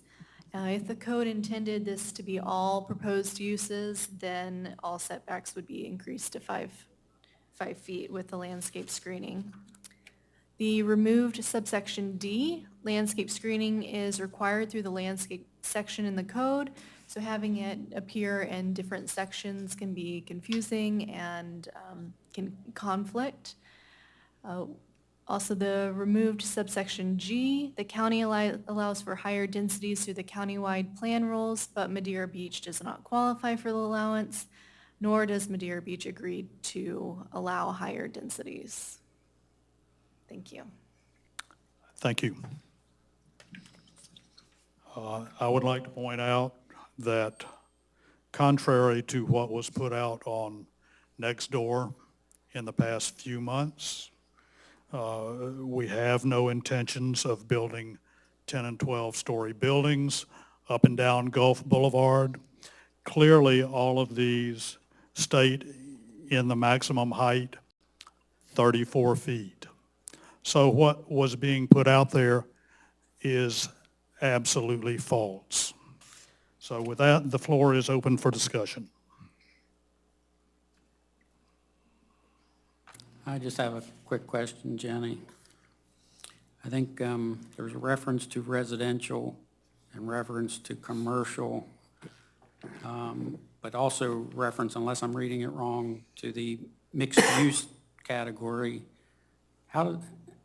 And the different side setbacks, unless I'm reading it wrong. So How is that defined? I'm just looking for clarity, that's all. the commercial general and the residential office retail, is that what you were referring to? Yeah, well, the ROR, yeah. So those are land use categories, and you'll see that in the comprehensive plan and the future land use map, not the zoning map. So we have 3 different maps. We have the countywide rule map, we have the future land use map, and that's in the comprehensive plan, and then we have the zoning map. So all of them have to be consistent with each other. So the map that's in front of you right now is the zoning map. But these, the commercial general and residential office retail, those are from the comprehensive plan. And then you also had a question about the setback, is that? Oh, no, I was just trying, you read through this and sometimes it just kind of gets a little confusing, but, like in Section 110-326, Special Requirements C, when a proposed non-residential use in a C3 retail commercial district abuts a residential use, an additional 5-foot setbacks required. But then earlier, it's referencing what I consider the mixed use residential office retail. I'm just trying to get a clarification in my mind, through C3. I don't know of any, maybe there is, mixed use along there. but just because there's not doesn't mean there, you know, I know that that's been a big push for residential over retail in other areas. Will we start seeing more of that here, and how is that explained in here? Am I just not reading it? So this, section 110-326, special requirements, the subsection C, that's just when, say if there's a new building to be built, even if it's mixed use and it's next to a single family, it's next to a duplex, it has to adhere to the setbacks plus an additional 5 feet. So that's where that subsection, the special requirements, that's what that is. Are there any residential in C3 right now? There are a few. There was recently 2 single-family homes. To have a single-family home in C3, you have to have a special exception. So you have to go to the special magistrate and get that approved. I believe they also had variances as well, since those lots were quite small. So there are a few. There are also condominiums along there. Yes. Okay. That makes sense. Thank you. Okay, any other comments? Sir, any comments from the public on this? Do I have a motion? I'll make a motion to pass ordinance 2022-10 as written. Is there a second? I'll second. City Clerk, will you call the roll? Vice Mayor Andrews? Yes. Commissioner Taglerini? Yes? Commissioner Kerr? Yes. Commissioner Hudson? Yes. Mayor Hendricks? Yes. The motion carried 5-0. Next is ordinance 2022-11. Mr. Trask?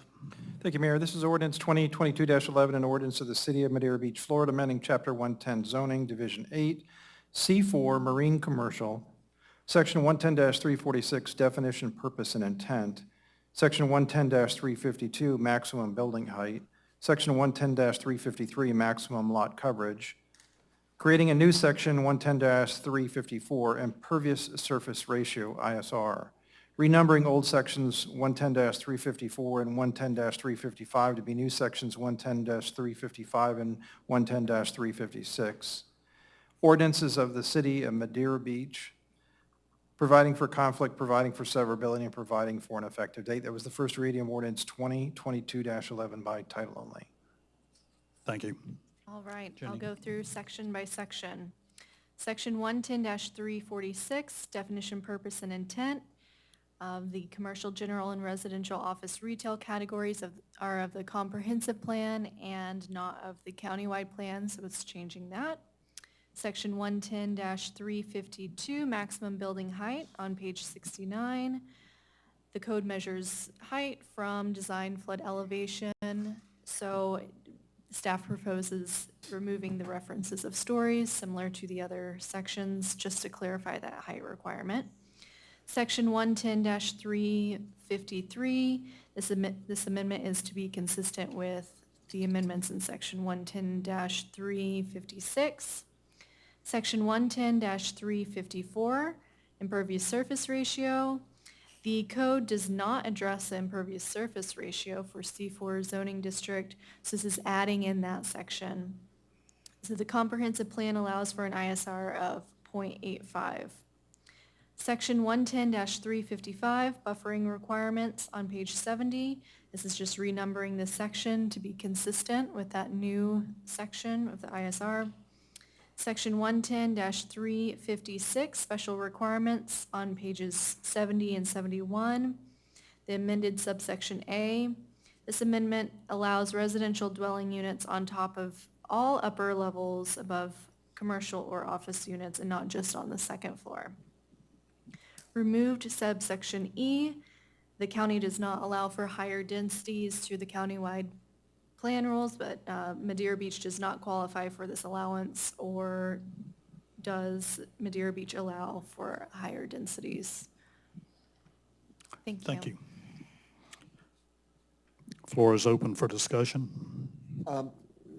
It says that the code does not address the ISR for C4. So you want to plant it at 8.5, right? We want to start it at 8.5.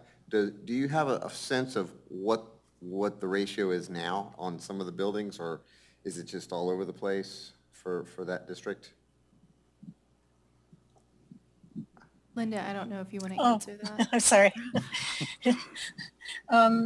Yeah, what's happened here oddly is that quite often you have a land use that provides for a maximum, and then it has several zoning categories within it, and each of those may have more specific or more restrictive ISR and density and things of that nature.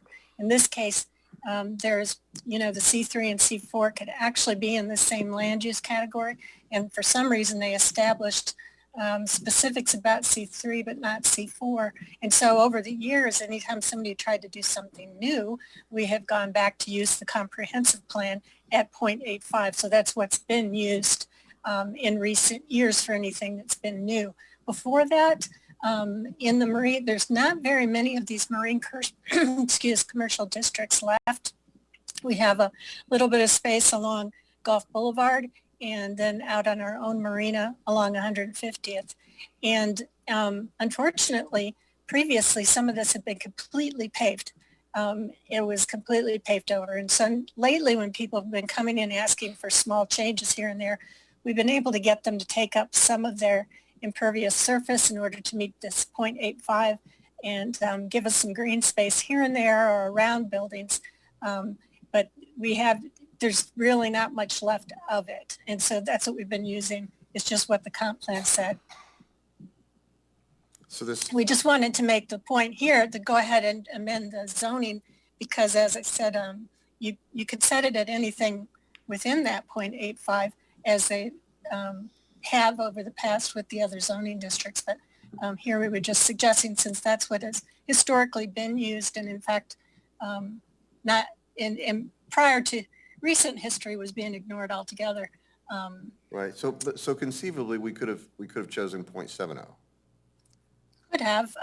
That it would probably result in everything being made non-conforming, including our own marina. Say that again. I'm sorry. It would probably result in all of the existing marine commercial development being rendered non-conforming. They would be legal non-conforming, but non-conforming all the same. Right. And that would affect, of course, even our own marina building on 150th. Right. Okay. So you're saying that marina building is probably over 0.85. Not just the marina building, but the property Whole as property, a whole. 'cause- Probably. It's possible now. They've got some right of way up front and some open space up front where there is some drainage. I haven't measured it foot by foot to see what the situation is out there. It may have more open space just because of the little bits here and there. It would take some work to calculate that all up because some of it's really narrow landscape strips. Right. Thank you.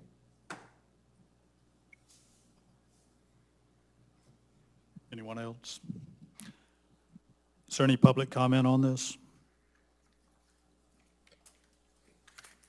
I'm Jerry Cantrell. I live at 13322 First Street East. I'm allowed to talk at this point. Is it okay to just start talking? Sure. All right. I'll just start with giving my pedigree. All right. I have a degree in electrical engineering, and I have a graduate degree in environmental science, environmental policy, and environmental geography. I teach environmental stuff. All right. I'm listening to the conversations that are going along, and I hear that there's good information, and there's good dialogue, and I appreciate what you guys are saying. I was listening to it online, and I'm like, oh my God, I can't believe what I'm hearing. As an engineer, all right, I look at how buildings are designed, and of course I'm an electrical engineer, but I did have to take mechanical, I had to take construction. I know some of this. I'm looking at how buildings are designed, and if a building is to be knocked down by a hurricane or some other catastrophic event, who knows what it is? Insurance, if they have it, it's going to rebuild. If they don't, they have to rebuild it out of their own coffers, which is fine, whatever the case is. They have to be built up. Everybody knows that. FEMA's going to require it. You're overlooking that if you want to look at an impervious surface ratio, an ISR, what's on the ground, all right? The ground doesn't have to be cement. There are many things you can park on if you want to park on the ground. There's many things you can put on the ground that are actually pervious to water, that allow you to absorb the flow and minimize the impact on the environment. Having excessive flow from a tidal community, a surface like a coastal community like we are, does create erosion. It does. You may not see it out on the beach where you're saying, okay, we got groins, we haven't had to put sand out since 1950. That's because you got groins. I guarantee you those groins take away from sand that should be somewhere else. You're collecting what's supposed to be deposited somewhere else. And it's okay. It's been there. I guarantee you they're doing it too. You know? But you're overlooking bigger things. You're not acknowledging the fact that you can minimize impervious surface ratio and still maintain the structure and the buildings and the things you have. You're not going to force somebody to tear something down. But when they rebuild it, they have the ability to actually conform to 0.7 or less. Easy statement.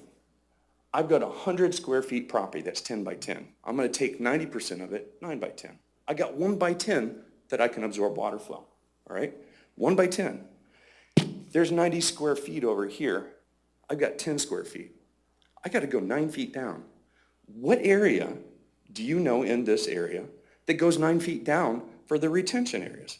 Not only that, there was a misstatement, and I know the director's not here, I hope she can hear me, but there was a misstatement indicating that the sewers are actually part of the water drainage. So our storm runoff is completely separate from our sewers. I'm certified plant operator for wastewater. I know this.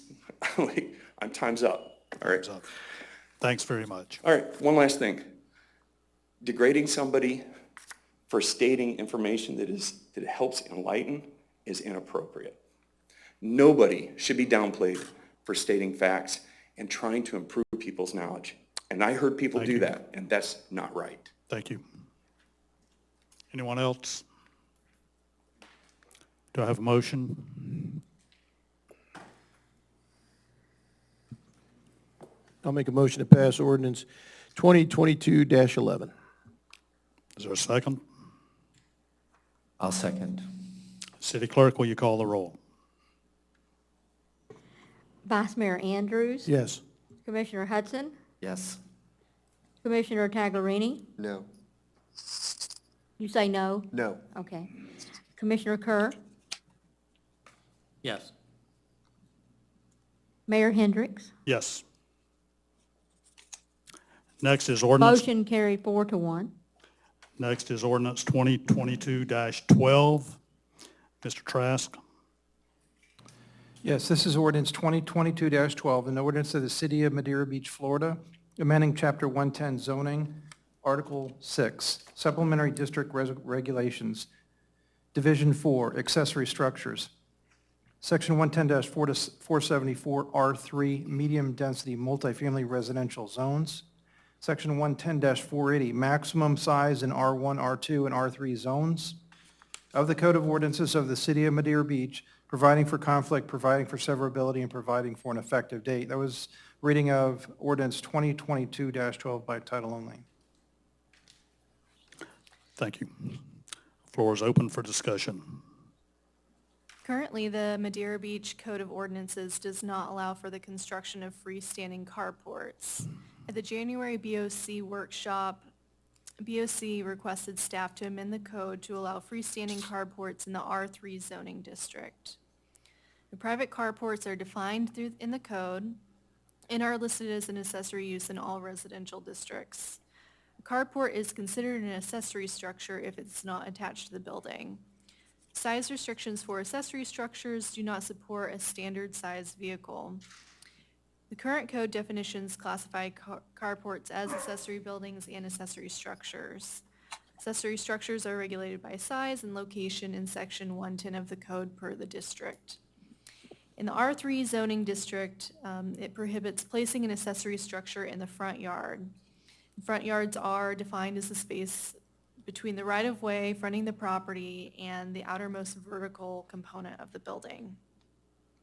Many R3 zone lots have condo buildings and have multiple carports or shaded parking areas. So these carports are likely to be legally non-conforming, meaning they were built before the code. Per the code, condo associations or owners are not allowed to build new accessory structures that would accommodate a vehicle. Section 110-480 states, for duplexes and multifamily structures, there may not be more than 2 accessory structures for a maximum size of 6 feet by 8 feet by 8 feet, or a single accessory structure 8 feet by 10 feet by 8 feet. And those dimensions are just not large enough to accommodate a standard size vehicle.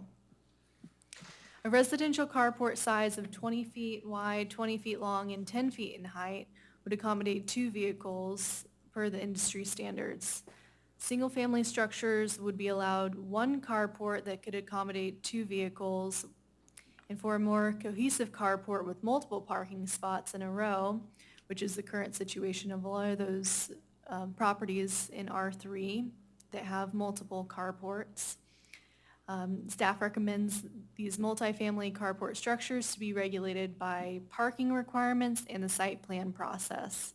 Staff recommends a side yard setback of 5 feet and a front yard setback of 10 feet. The carport would also be required to meet the intersection visibility standards of the code, just like the vision triangle. It would also have to meet FEMA requirements such as wind resistance and tie downs and the Florida Building Code. Thank you. Thank you. Floor is open for discussion. Okay, just a question. This is a maximum size for the carport. A lot of the condos they would be about half that size. So we're proposing that the condos would be regulated through the site plan process, so they could have 1 cohesive carport, similar to what they have now. And then if there was a duplex or single-family structure, they could have 1 carport in the R3 zoning district. So they would come to the building department for a permit, and you guys would direct them into the right operation? Actually, the site plan process is regulated through the planning department, so anything coming in for a site plan would apply to our department, same front counter as the building department, but they would have to go through site plan process before any building was actually reviewed. And so it's 2 separate processes. We try to run them pretty close together. Okay, better yet, you guys are nicer than the building department. Oh, and I'm surprised to hear that. Not everybody believes so.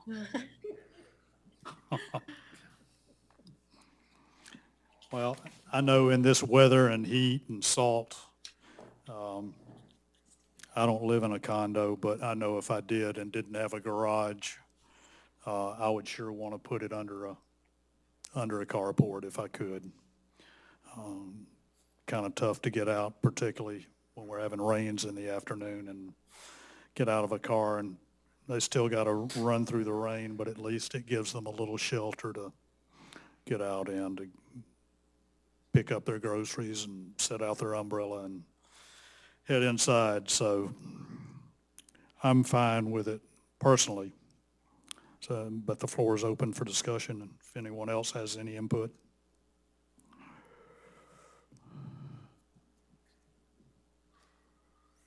I would agree with the mayor. Not so much about the rain, but the sun.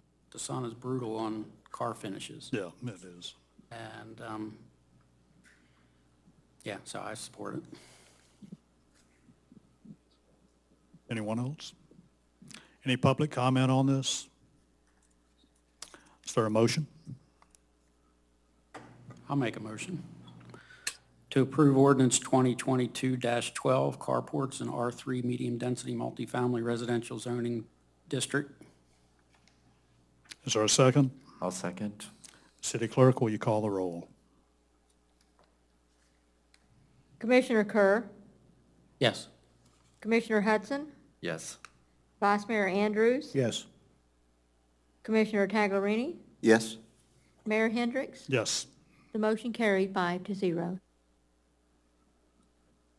Next is ordinance 2022-13. Mr. Trask. Thank you, Mayor. This is ordinance 2022-13, an ordinance of the City of Madeira Beach, Florida, amending Chapter 110 zoning, Article 6, supplementary district regulations, Division 2, lot, yard, height, and other site area regulations, Section 110-427, yard regulations, open sky requirements, of the Code of Ordinances of the City of Madeira Beach, providing for conflict, providing for severability, and providing for an effective date. That was a reading of ordinance 2022-13 by title only. Jenny? I believe Linda was going to present this one. Okay. Sure, I will present this.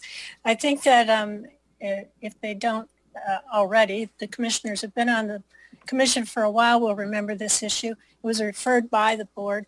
We have an issue in town where one person in particular had installed things in the yard that could be interpreted as, say, garden ornaments, but our code was not very clear about what was really allowed and what wasn't allowed. Actually, it didn't allow columns, as is the case in this situation, as a garden ornament. It was pretty limited. Also, in the process of going through all this with the input of the property owner, who did a lot of research and cross-examination from one element to the next in our code, discovered that there were places where our code defined what was allowed as an accessory use on a site plan, and it provided a limited number of things that were allowed under open sky, and then elsewhere in the plan regulated other things that weren't on the list.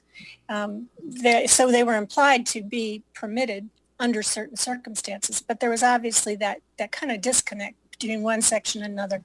This is not unusual. We have an old code. A lot of this was put in place initially in 1964 and then amended in 1983, and one section or another may have been amended over time without reference to what the impacts were to inconsistencies throughout. So it's one of the things we're trying to fix and we'll be working on over the next couple of years. But in this particular case, we wanted to address the issue now as it came up. And so as we go through this, you will note that under on page 82, subsection 13, we have the ordinary projection of steps and sills are one of the things that are projected to be allowed in the open sky area. I think I missed a part before that, excuse me. And then we needed to add in walkways and paths may encroach into the minimum yard setback, but get rid of the steps and sills. We have people who come in every now and then who put their property or their house right up to the property line and then wanted to build steps out into the setback, or just violate the setback altogether with the stairs down from the upper floor, which is inconsistent with what's allowed in a setback. And also we have to also look at seeing what the overall flow and danger situations may be there. But we did want to specify that you can put walkways and paths that can encroach into the minimum yard setback because they do lead from the yard or from the street back up to the house.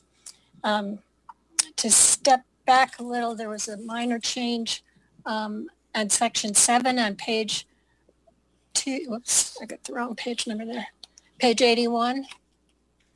We'll see some changes there to the definition of things that are allowed. Under garden ornaments, we have added in the reference to the columns. And I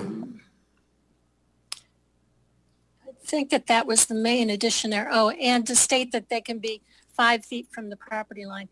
A lot of times these things that are garden ornaments are actually incorporated into the hedge line and may actually appear right on the property line as some kind of a structure within the hedge. And if they're freestanding, then we suggest setting back 5 feet. Then, let's see. Apologize for the ruffling of the paper there. My video is also challenged on Zoom tonight. I think that's largely it. So what we've done is made sure that it made reference. Jenny, can you see the other change that made reference? Oh, okay, I'm sorry, it's in the very first page, page 80, that I did the whole thing backwards, excuse me. On page 80, down at the bottom, subparagraph A, under 110.427. So what we've done to deal with all those things that are elsewhere regulated is make the statement that it includes everything that's listed in this ordinance, in this section of the ordinance, and then in addition, those things, in accepting those things that are also otherwise permitted in the code. They have their own regulations. And I think those ended up being really small changes really to the overall ordinance to adjust for what really constitutes a pretty significant change. The columns are allowed. There's certain circumstances in their placement that have to be addressed. And I know that was the primary interest. We did want to add columns instead of generally referring to all garden ornaments because we have not been able to find an industry standard for the definition of garden ornaments. And we do want to alert the commission to the fact that in our research we've seen a lot of situations that were inconsistent with not only their placement in communities where they have been built, but it would be inconsistent here. For instance, there are places without these definitions that have ended up with 3-story high dinosaurs in the front yard, or lines of toilets used as hedge material, and other wrecked cars as art objects in the garden ornaments section. Those are things that the communities are now trying to figure out how to address, because whether you agree with them as pieces of art or not, they do have an effect on the neighboring property values.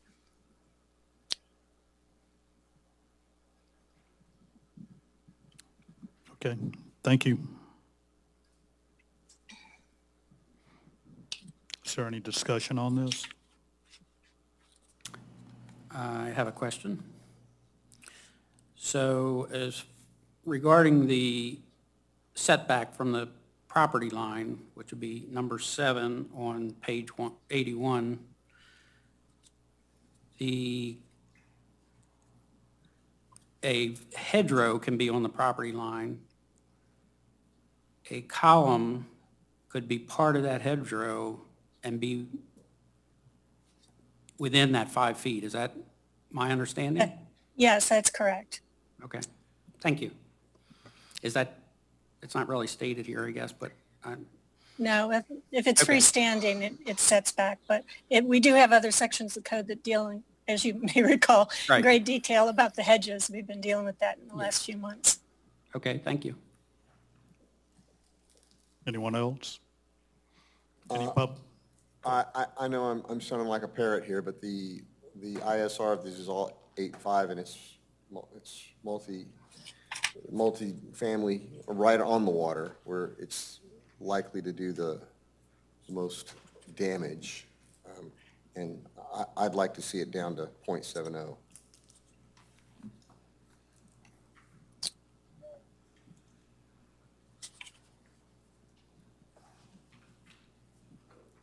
Was that part of a change? Or is it? What page are I you don't referring see to? I believe that's on the next ordinance. Next item. Oh, that's not on this. Sorry, did I click the wrong one? I did. I apologize. Sorry, you had me worried there for a minute. though. Sorry, no ISR on this one, sorry. Okay. Any other discussion on this? Is there any public comment on this?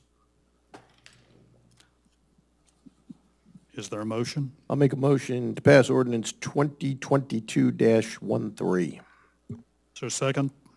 I'll second it. City Clerk, will you call the roll? Vice Mayor Andrews? Yes. Commissioner Kerr? Yes. Commissioner Taglerini? Yes? Commissioner Hudson? Yes. Mayor Hendricks? Yes. The motion carried 5-0. Next is ordinance 2022-14. Mr. Trask. Mayor, Commissioners, Ordinance 2022-14, an ordinance of the City of Madeira Beach, Florida, amending Chapter 110 zoning, Division 4, R3, medium-density multifamily residential, Section 110-226, definition, purpose, and intent, Section 110-230, minimum buildings site area requirements, Section 110-231, setback requirements, Section 110-232, maximum building height, Section 110-233, maximum lot coverage, Section 110-234, impervious surface ratio, ISR, Section 110-236, special requirements of the Code of Ordinances of the City of Madeira Beach, providing for conflict, providing for severability, and providing for an effective date. That was the first reading of Ordinance 2022-14 by title only. All right, I'll go through section by section. Section 110-226, definition, purpose, and intent. The resort facilities medium is a reference to the comprehensive plan and not the countywide plan. Section 110-230, minimum building site requirements. This amendment is to replace tourist with hotel. The entire R3 zoning category allows for nightly rentals. So this can be confusing since all residential units can be used for tourist use but do not operate like a hotel or built like a hotel. The density table in subsection 4 should not be under the minimum building site area but under the section that discusses density and intensity. This makes a little bit more sense to be there. Section 110-231, setback requirements. Subsection 1B replaces tourists with hotels. Section 4B replaces tourists with hotels and amends the side yard setbacks for all multifamily hotels and restaurants to be 10 feet, 10 feet on both sides. Provisions in subsection 110-236 must be met, one of which includes an additional 5 feet of setbacks utilized for that landscape screening when a multifamily or non-residential use abuts a single-family duplex or triplex. So that's similar to the C3 and C4 zoning districts. Section 110-232, maximum building height, is similar to the other amendments. We measure the height from the design flood elevation, so staff proposes to remove the references of stories just to clean that up and clarify that section. Section 110-233, maximum lot coverage. Subsection 1, the floor area ratio for a single-family home in R1 and R2 zoning districts is 0.8. And many of these homes in R3 are over this 0.65 FAR. So staff proposes to increase the FAR for single-family homes to 1. This is consistent with the comprehensive plan and the countywide rules. Subsection 2, this amendment is copied from section 110-230, minimum building site area requirements. There's no changes, just moving that over from section to section. Section 110-234, the impervious surface ratio. If you see the section 110-233, that area that we moved over, let me get to the page. On page 91 of your packet, that ISR is currently 0.85, so this is why we were proposing to change that to 0.85, just to be consistent with what is already in the code. Section 110-236, special requirements, amended subsection B. The amendment makes multiple buildings on one lot have a minimum of 10 feet of separation internally instead of 1/2 of the building height. The code currently does not specify where this measurement of height is taken from, either from grade or DFE, so we're proposing just 10 feet. The amended D, this amendment requires multifamily or non-residential uses to have an increase of 5 feet of setbacks when next to a single-family duplex or triplex, and this setback would include that landscape screening. That's similar to that C3 and C4 special requirements. And then the removal of subsection D.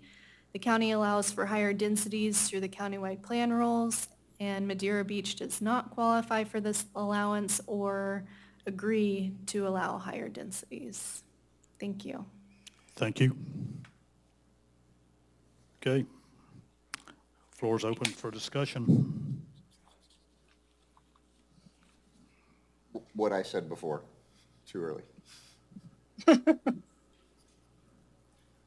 What did you say before? I would love this if it was ISR of .70. I know it's part of our comprehensive plan, but it's right on the water, and this is the place where we should be most concerned about those ISRs. So where are you coming up with your figures? The land area development site, ISR is .85. No, but I'm saying where are you coming up with 7.7? That's what's recommended by the, what I quoted earlier in the National Geographical Survey, part of the Environmental Protection Agency. It's .70 for all, like I said, in St. Pete Beach, it's .70 for all structures. I didn't come up with that on my own. That's recommended. Okay, that's by the all I'm EPA. asking. Yeah.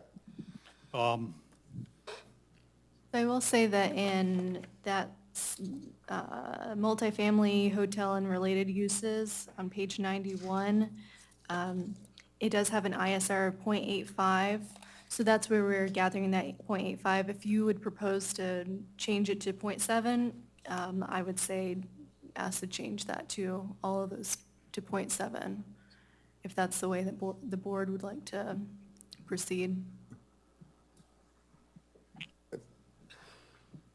I'd have voted yes for all of them if they were .7. Any other discussion? Is there any public comment? Is there a motion? I'll make a motion to pass ordinance 2022-14. Is there a second? I'll second. City Clerk, will you call the roll? Vice Mayor Andrews? Yes. Commissioner Hudson? Yes. Commissioner Taglerini? No. Commissioner Kerr? No. Mayor Hendricks? Yes. The motion carried 3-2.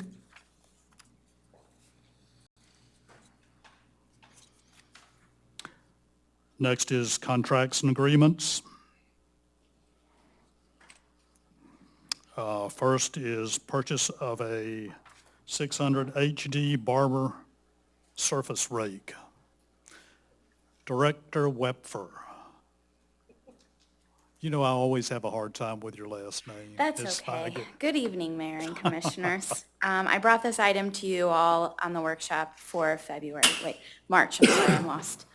The reason for this, moving this into 2022 is our surf rake has seen the end of its days. It needs over $15,000 in repairs. The belt has totally torn. As you all know, we like to keep our beach as pristine as possible, and without having this rake, it's not very easy for us. Do we have any questions? How quick can it be delivered? With the consent from the previous meeting, I sent a letter of intent, which started the process. From that, it was 75 days.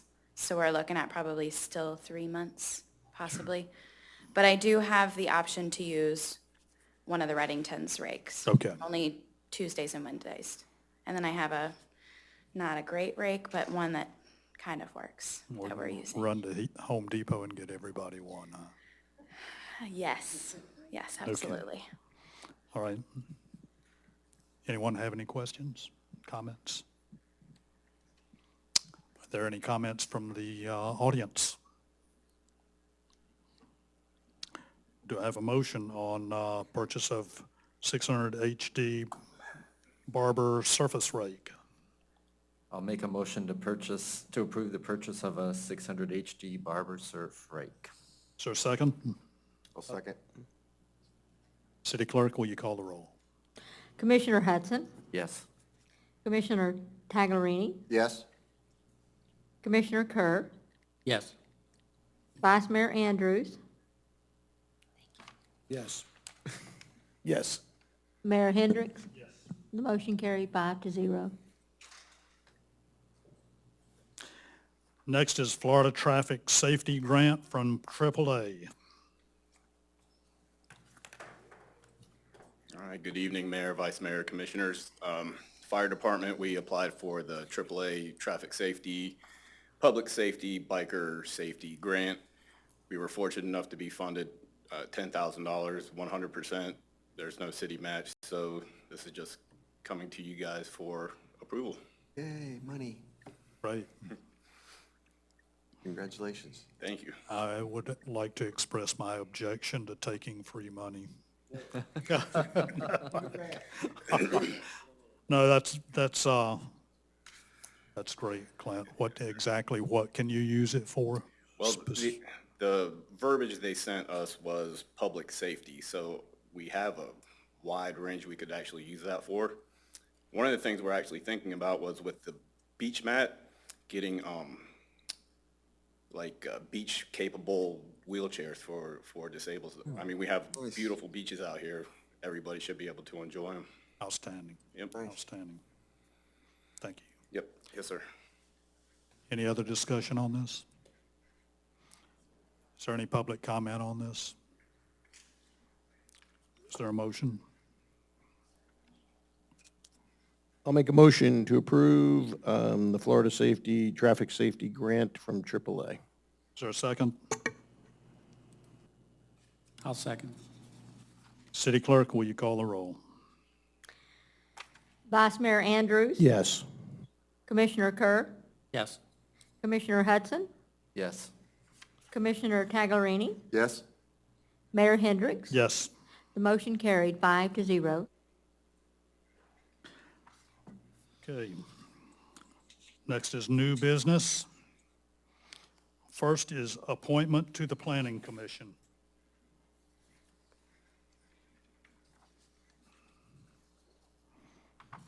What I would like to do first, though, is have each candidate, hopefully all of you are here.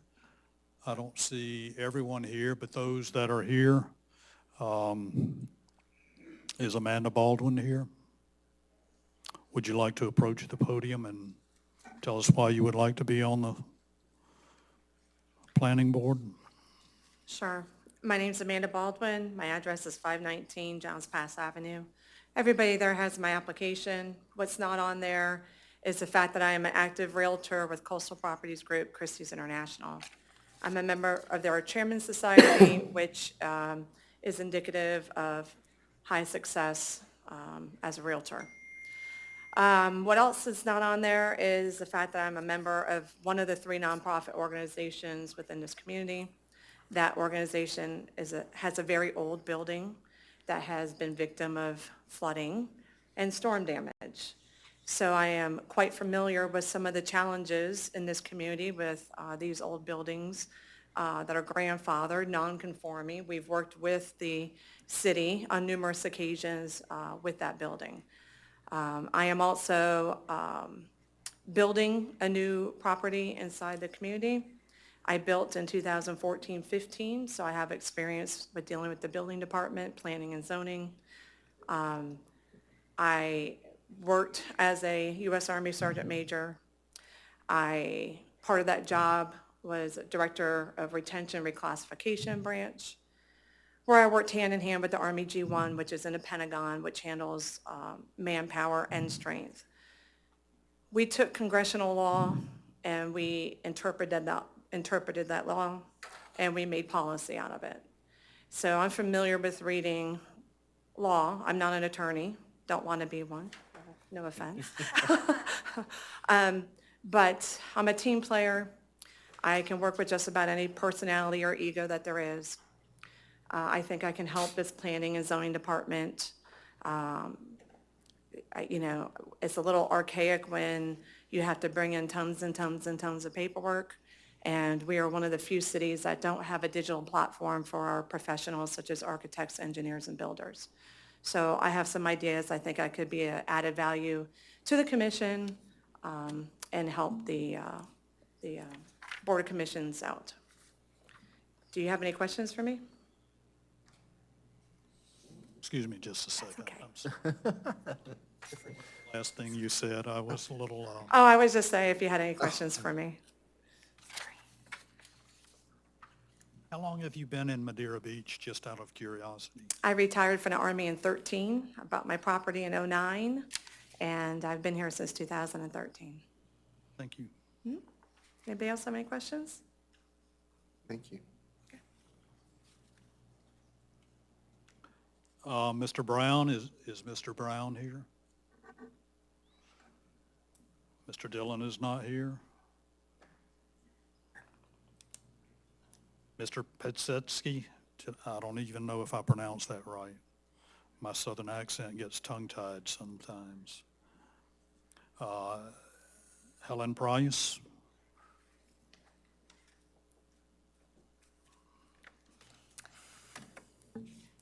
Good afternoon, Commissioners, Vice Mayor, and Mayor. I'm just not ready to give up on this town. I want to jump right back in and help it out. I think I have the experience. I certainly have been through enough PD applications that I know those factors from A to double S or whatever those crazy things are we go through every time. I know a lot of the other folks on our planning commission, and I know I can work well with them. So I'm hoping I can still give back to my community and use the experience that I have sitting where you all have. I kind of know what type of things you're going to be looking for from the planning commission, and I can help deliver that. So I'd love to be part of it. Thank you. I don't have any questions. Does anyone else have any questions? I think we all know Ellen quite well. So I guess all we need to do really is check a candidate and pass them to the city clerk for a, oh, that was quick. We corrected one from last year. We corrected the names on that one. Okay.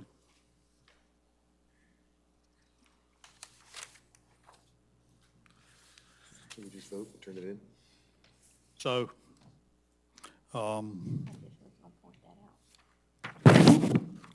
Ms. Van Blargen, should we just pass these down to you? Would you like to come by and pick them up? We can pick them up, yes, sir. Results?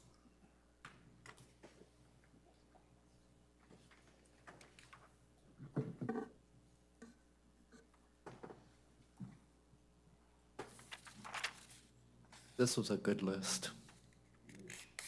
It's like, I can't believe we had trouble getting people before. Good job.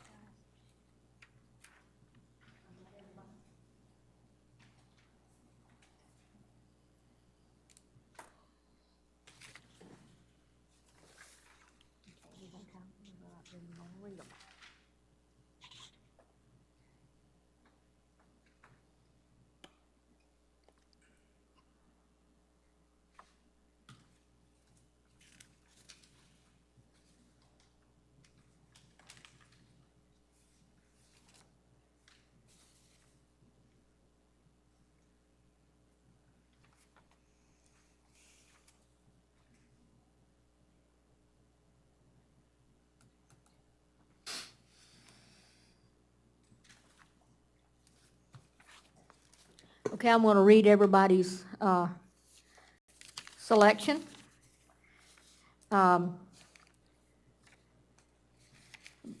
Vice Mayor Andrews chose Helen Price. Commissioner Kerr chose Amanda Baldwin.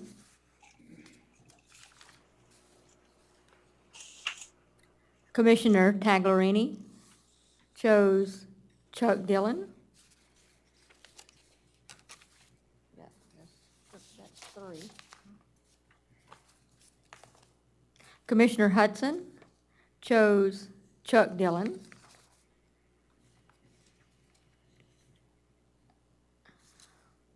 Mayor Hendricks chose Helen Price.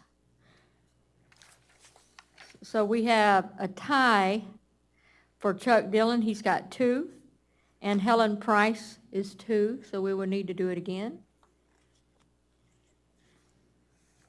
Or how would you want, how should they proceed with that?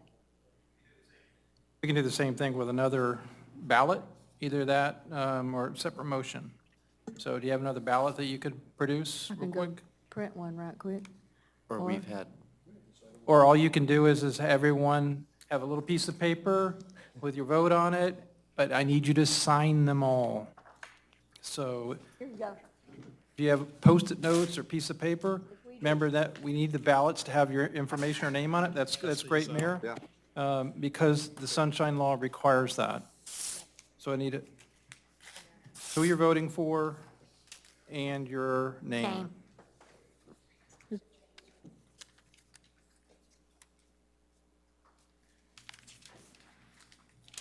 This is a much nicer piece of paper.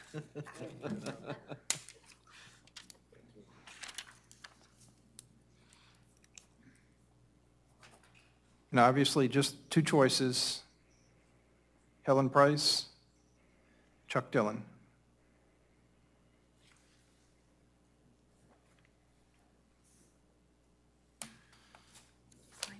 Remember to write your name on here.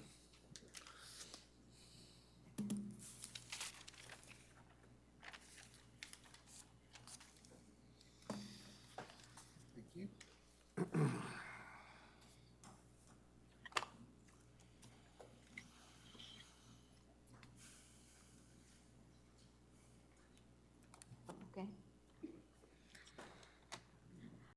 Commissioner Hudson chose Chuck Dillon. You writing them down? Mhm. Vice Mayor Andrews chose Helen Price.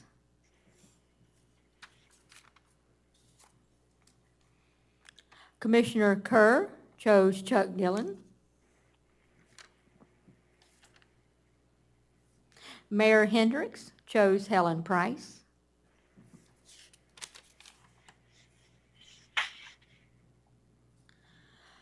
Commissioner Taglerini chose Chuck Dillon. So that's 3 and...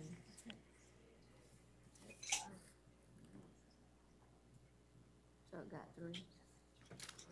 So Chuck Dillon had got 3 votes and Helen Price 2.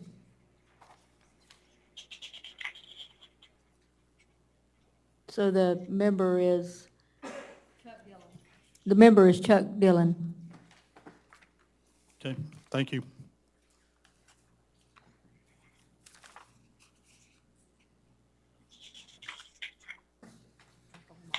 Next is ARPA, election of standard allowance.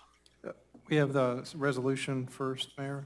Oh, did I miss something here? Where are- 11B, 11B, resolution relating to authorized signers on the bank accounts. well, B. oh, okay. Yeah. Sorry about that. Okay. Next is Resolution 2022-03, listing of authorized signers of banking documents. So I'll read that resolution. This is Resolution 2022-03, a resolution of the City of Madeira Beach, Florida, designating authorized signers of banking documents for the City of Madeira Beach by repealing Resolution 2020-13 and any other resolution in conflict herewith, and by providing for an effective date. That was reading Resolution 2022-03 by title only. I believe Andrew is going to address this. Sure, so the city's financial institution requires some formality and formal board approval to designate the signers on the signatories of our bank accounts. And the city had previously passed resolution 2020-13 that included Bob Daniels, former city manager, as a signer. So we needed to make some changes from that previous resolution in light of the new city manager, Robin Gomez, coming on board. So at this point, this resolution will designate Robin Gomez, city manager, Patrick Cade, assistant finance director, and Karen Paulson, payroll financial coordinator, as our 3 designated signatories for our bank. Recommend approval. Any discussion?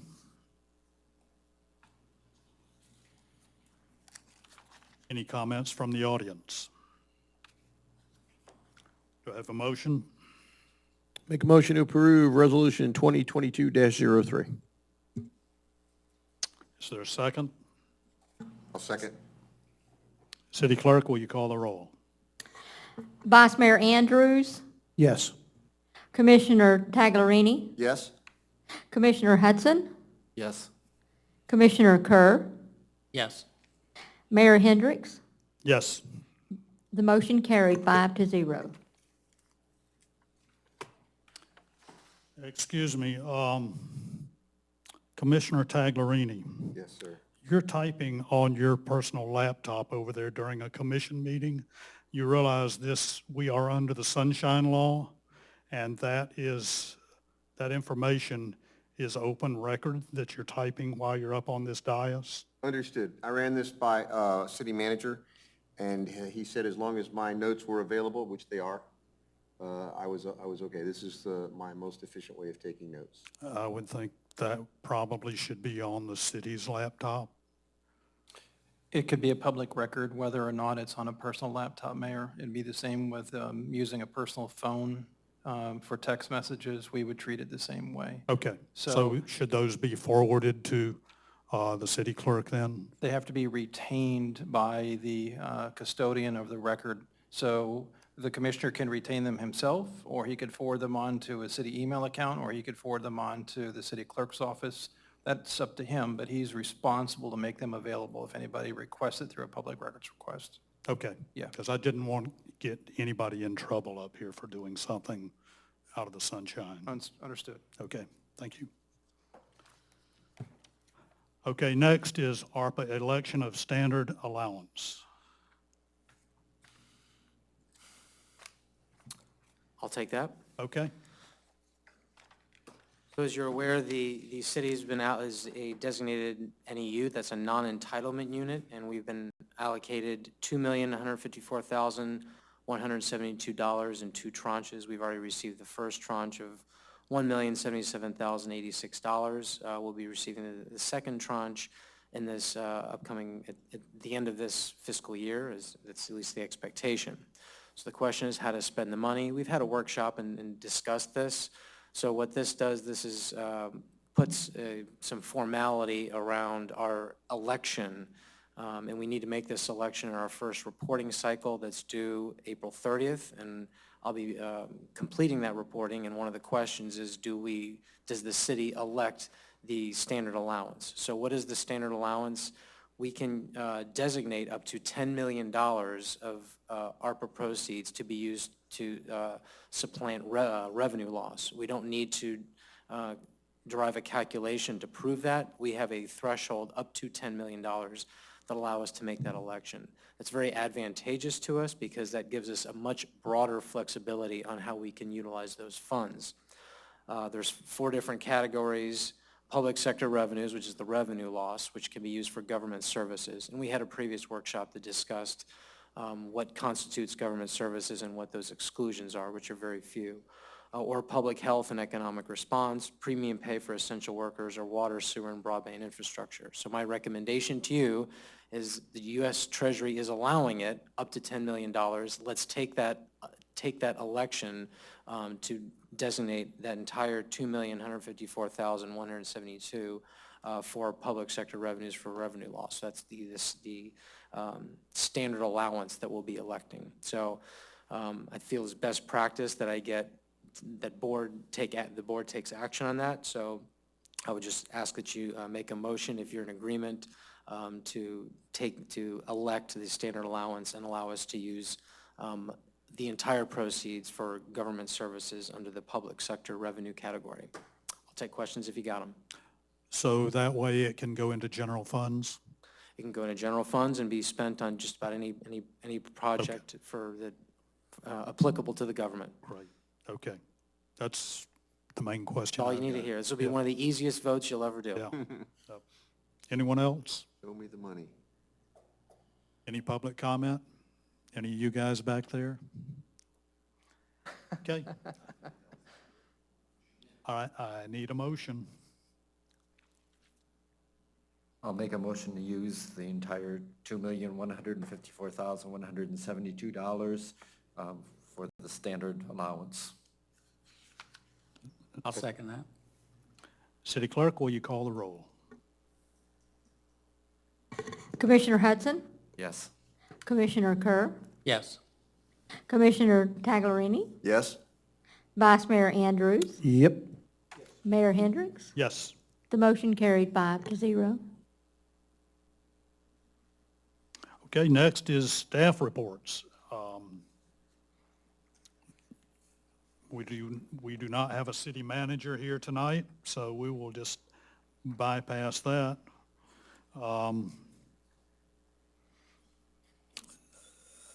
Megan don't have my glasses on. Face Jay, back there. Clint, if y'all got anything for us tonight? It's heck to get old. Okay, thank you. Next is agenda setting for the April 27th, 2022 Board of Commissioners regular workshop. Mayor Hendricks, I have a couple of items I'd like to request. Okay. To be added. For the next workshop, I'd like to request or show my interest in being the voting member of the library board. I'd like that to be discussed at the next workshop if possible. And this next item directly is in reference to the ARPA funds. I discussed this with City Manager Gomez. I'd like to consider using, and he said that these could be used for that, landscaping the city property at the ends of 132nd, 134th, and 135th Avenues to include water permeable pavers and space for community gardens. At this point, only one pocket part in this area at the end of 133rd was improved or landscaped, and the other three were not. He's already started talking to Megan a little bit about it, and he said this is the kind of project that money is perfect for. So if possible, I'd like to put that on the agenda for the 27th workshop. Okay, now, library board, we already have a member of the library board. That's Helen Price, and she's got over 2 years left on her term. So we can discuss it, but she is our library board member. I'd like to discuss it at the workshop. Okay.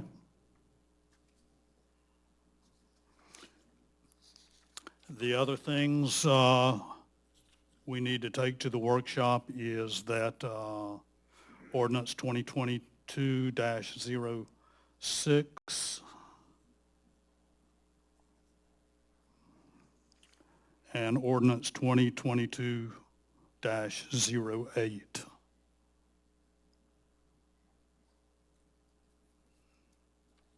Now, do we need to have a specific line item to discuss ISR, where that is covered under that? Wait a minute, let me jot this down right.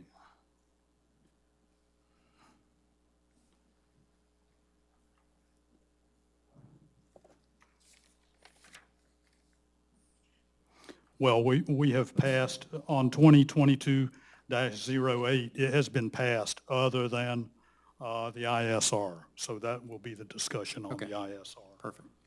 And I think, Commissioner Hudson, what was it that you had a question on 2022-06?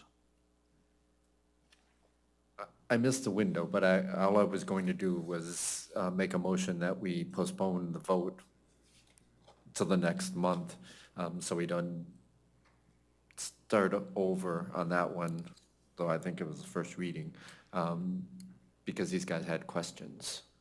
Well, it's the So second as long as we reading. talk about it, it's fine. So would you rather just carry that to the next commission meeting to re-vote on it? Or do you want to take it to the workshop to discuss? I'm not sure we can carry it to the next meeting, regular meeting, to vote on it because we bypassed it, or I don't.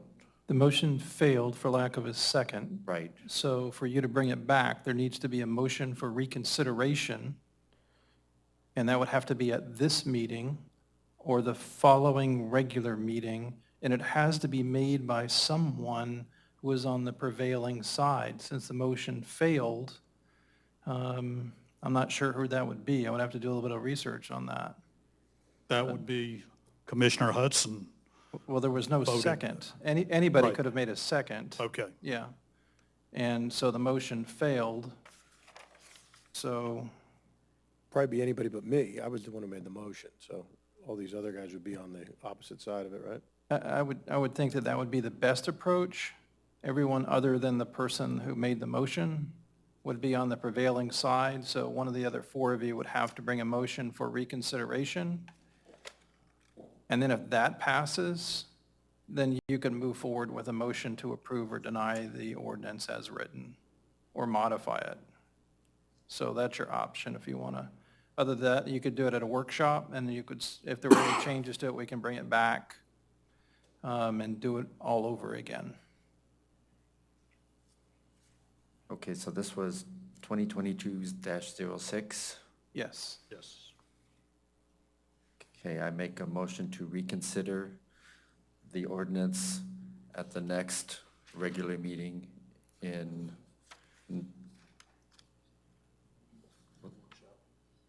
anyone during the I workshop? think he wants it at the regular meeting to vote on, is that correct? To vote on it. Okay, yeah.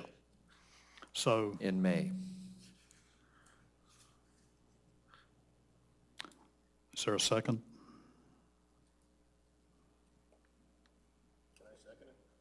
Yes, you can second it. I'll second it. City Clerk, would you like, call the roll, please? Commissioner Hudson, Yes. Vice Mayor Andrews. Yes. Commissioner Kerr, Yes. Commissioner Taglerini, Yes? Mayor Hendricks. Yes. The motion carried 5-0. Okay. So we've got, okay, so I can scratch 2022-06 off of here Okay, and I for the have, workshop. when you're ready, I have one option or for the workshop, but it doesn't have to be this workshop. When talking to the Planning Commission, talked about the conditions that we put on PD plan. I was thinking we don't do a very good job of, we may not negotiate well for what we get from those things. So, and they suggested that there is some cities do a point system where they look at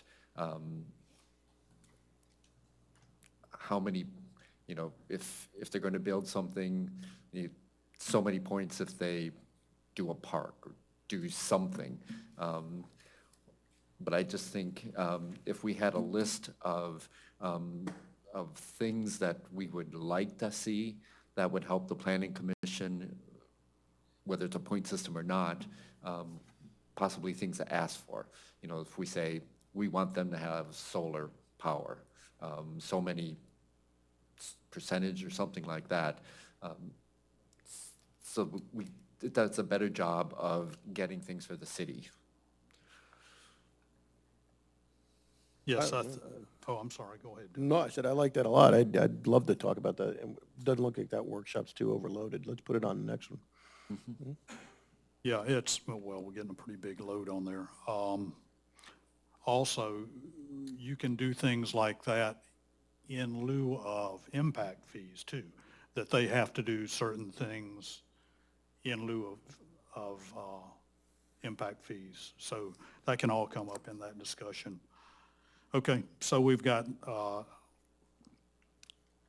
Library Board, we've got 2022-08 on the ISR.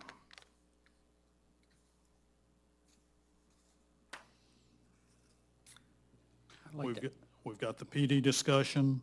I'd like to add lighting on our crosswalks. Okay, that's probably state. Well, that's, Gulf Boulevard is state. That's something you know. well, how do we address it then? If we don't bring it up for a workshop, I don't know.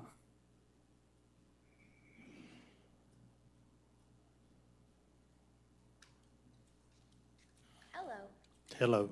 The only reason why I know about this is we actually just had a meeting with DOT last Friday to install another crosswalk, and the talk about lighting came up in that meeting. So they're going to send Robin and I some information on new technology for when the button is pressed, and then we were going to talk about it more. But we could probably bring FDOT in if we maybe move it to May or June, and then that way that they could bring in some information and we can have more information for you, if that would be okay. Yeah.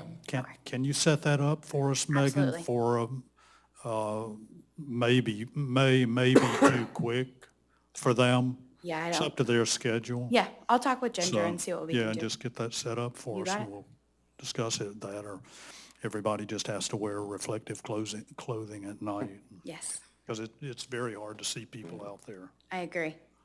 If we're dragging them in, we had a gentleman who talked to a meeting a couple months ago about the left turn on Madeira Way onto Gulf Boulevard, whether that arrow could work when there's people crossing the street to the north.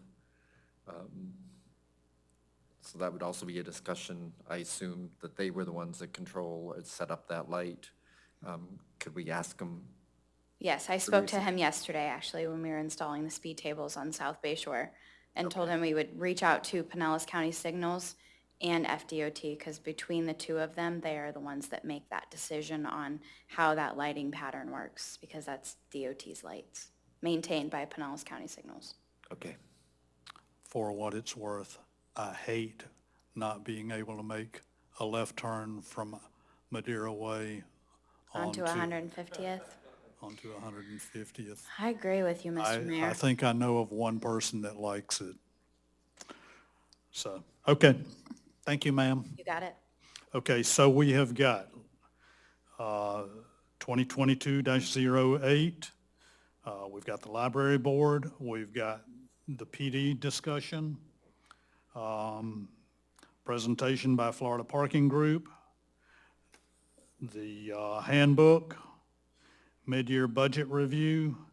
Commission goals and objectives. Was there something else? Yeah, there was the use of the ARPA funds for the landscaping of the pocket parks on the end of 132, 134, and 135th Avenues. I can just email you the specifics if you want it for the agenda. So you've already got us a price on that, right? I just wanted to get it on the agenda and I'll get going. Okay. Okay. Yeah, we Is also, that we also have 11B. I think you wanted that on the, item 11B, you wanted Oh. that on the Oh, okay. workshop.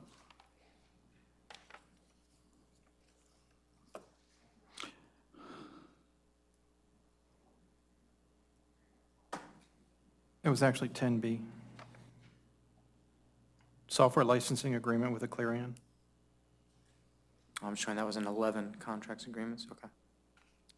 Okay. So is that it? Gonna be a long meeting. Okay, next is reports and correspondence. First is Board of Commissioners. Got anything? You got anything?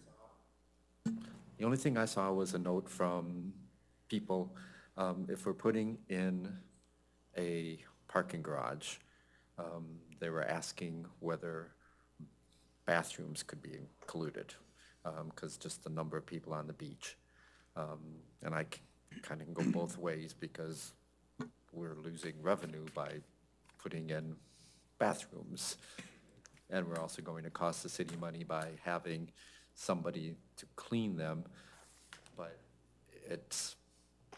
I like having more bathrooms than less, so I'm thought it was worth discussing.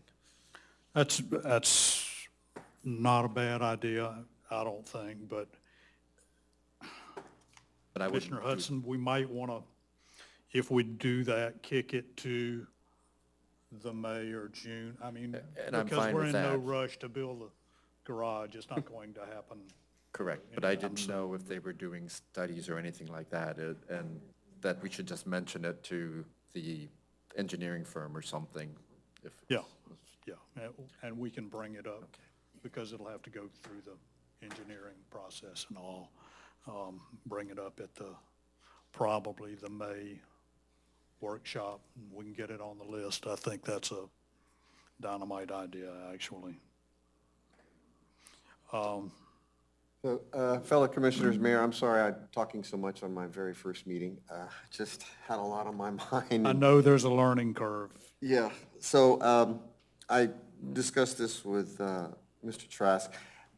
Since the communication with our residents was an important part of my campaign platform, I've created an unofficial community email distribution list to facilitate collaboration. Residents are only on this list with their approval, and all recipients are blind copied.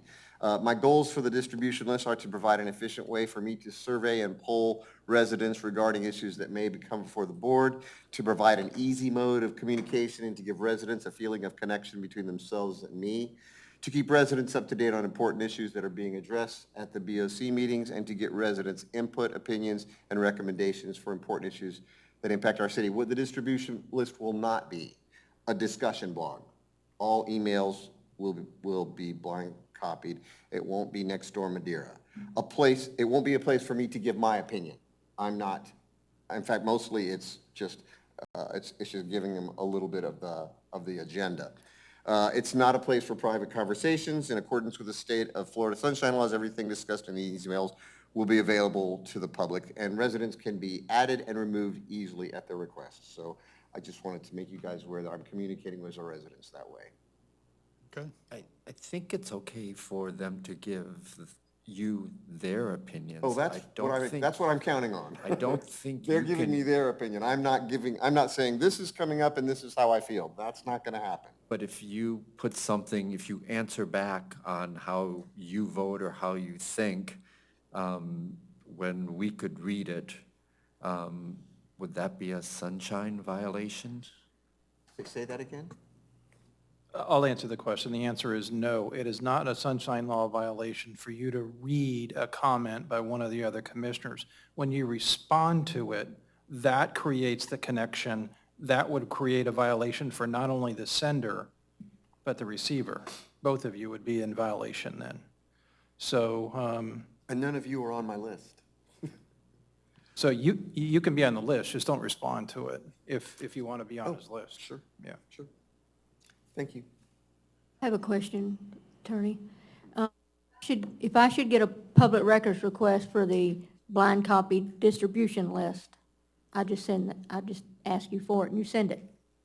That is correct. They are public records, and the commissioner will be totally responsible for those public records requests if he retains them and doesn't forward them to you. Yes. Yeah, Understood. okay.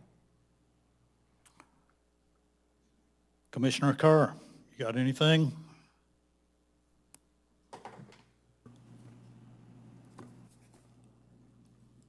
Yeah. It's getting late. No, I know that the board voted on the 15-mile-an-hour speed limit for South Bay Shore, but I did not know that the board approved the speed tables, yet they were installed, and I'm confused, because I thought that would have to be a board decision. Now, I understand the city manager authorized it, and he has the ability to do that based on the level of funding that he's allowed to just sign off on. But I don't know that he has the authority. So it's something that's kind of getting in my gut a little bit, and I just wanted to I was hesitating to bring it up, but since it's been already brought up and it's already done, I wanted to bring that up. We did discuss it, It was not voted on. and that's day-to-day operation of the city, and he was completely within his authority to have done that. I would disagree, but Okay. Thank you. Okay, I've got something, and that is on the May, I think it's May 12th commission meeting. My niece is graduating with her PhD in microbiology and immunology from the University of Miami. It's her graduation, and since her dad died last year, I'm her kind of surrogate dad, and I would like to attend her graduation. Unfortunately, it is at 10 a.m. on May 12th, her graduation. So our commission meeting is on the 11th, and with y'all's consent, I would like to move that meeting to 2 p.m. so that I got time to drive to Miami to attend her graduation.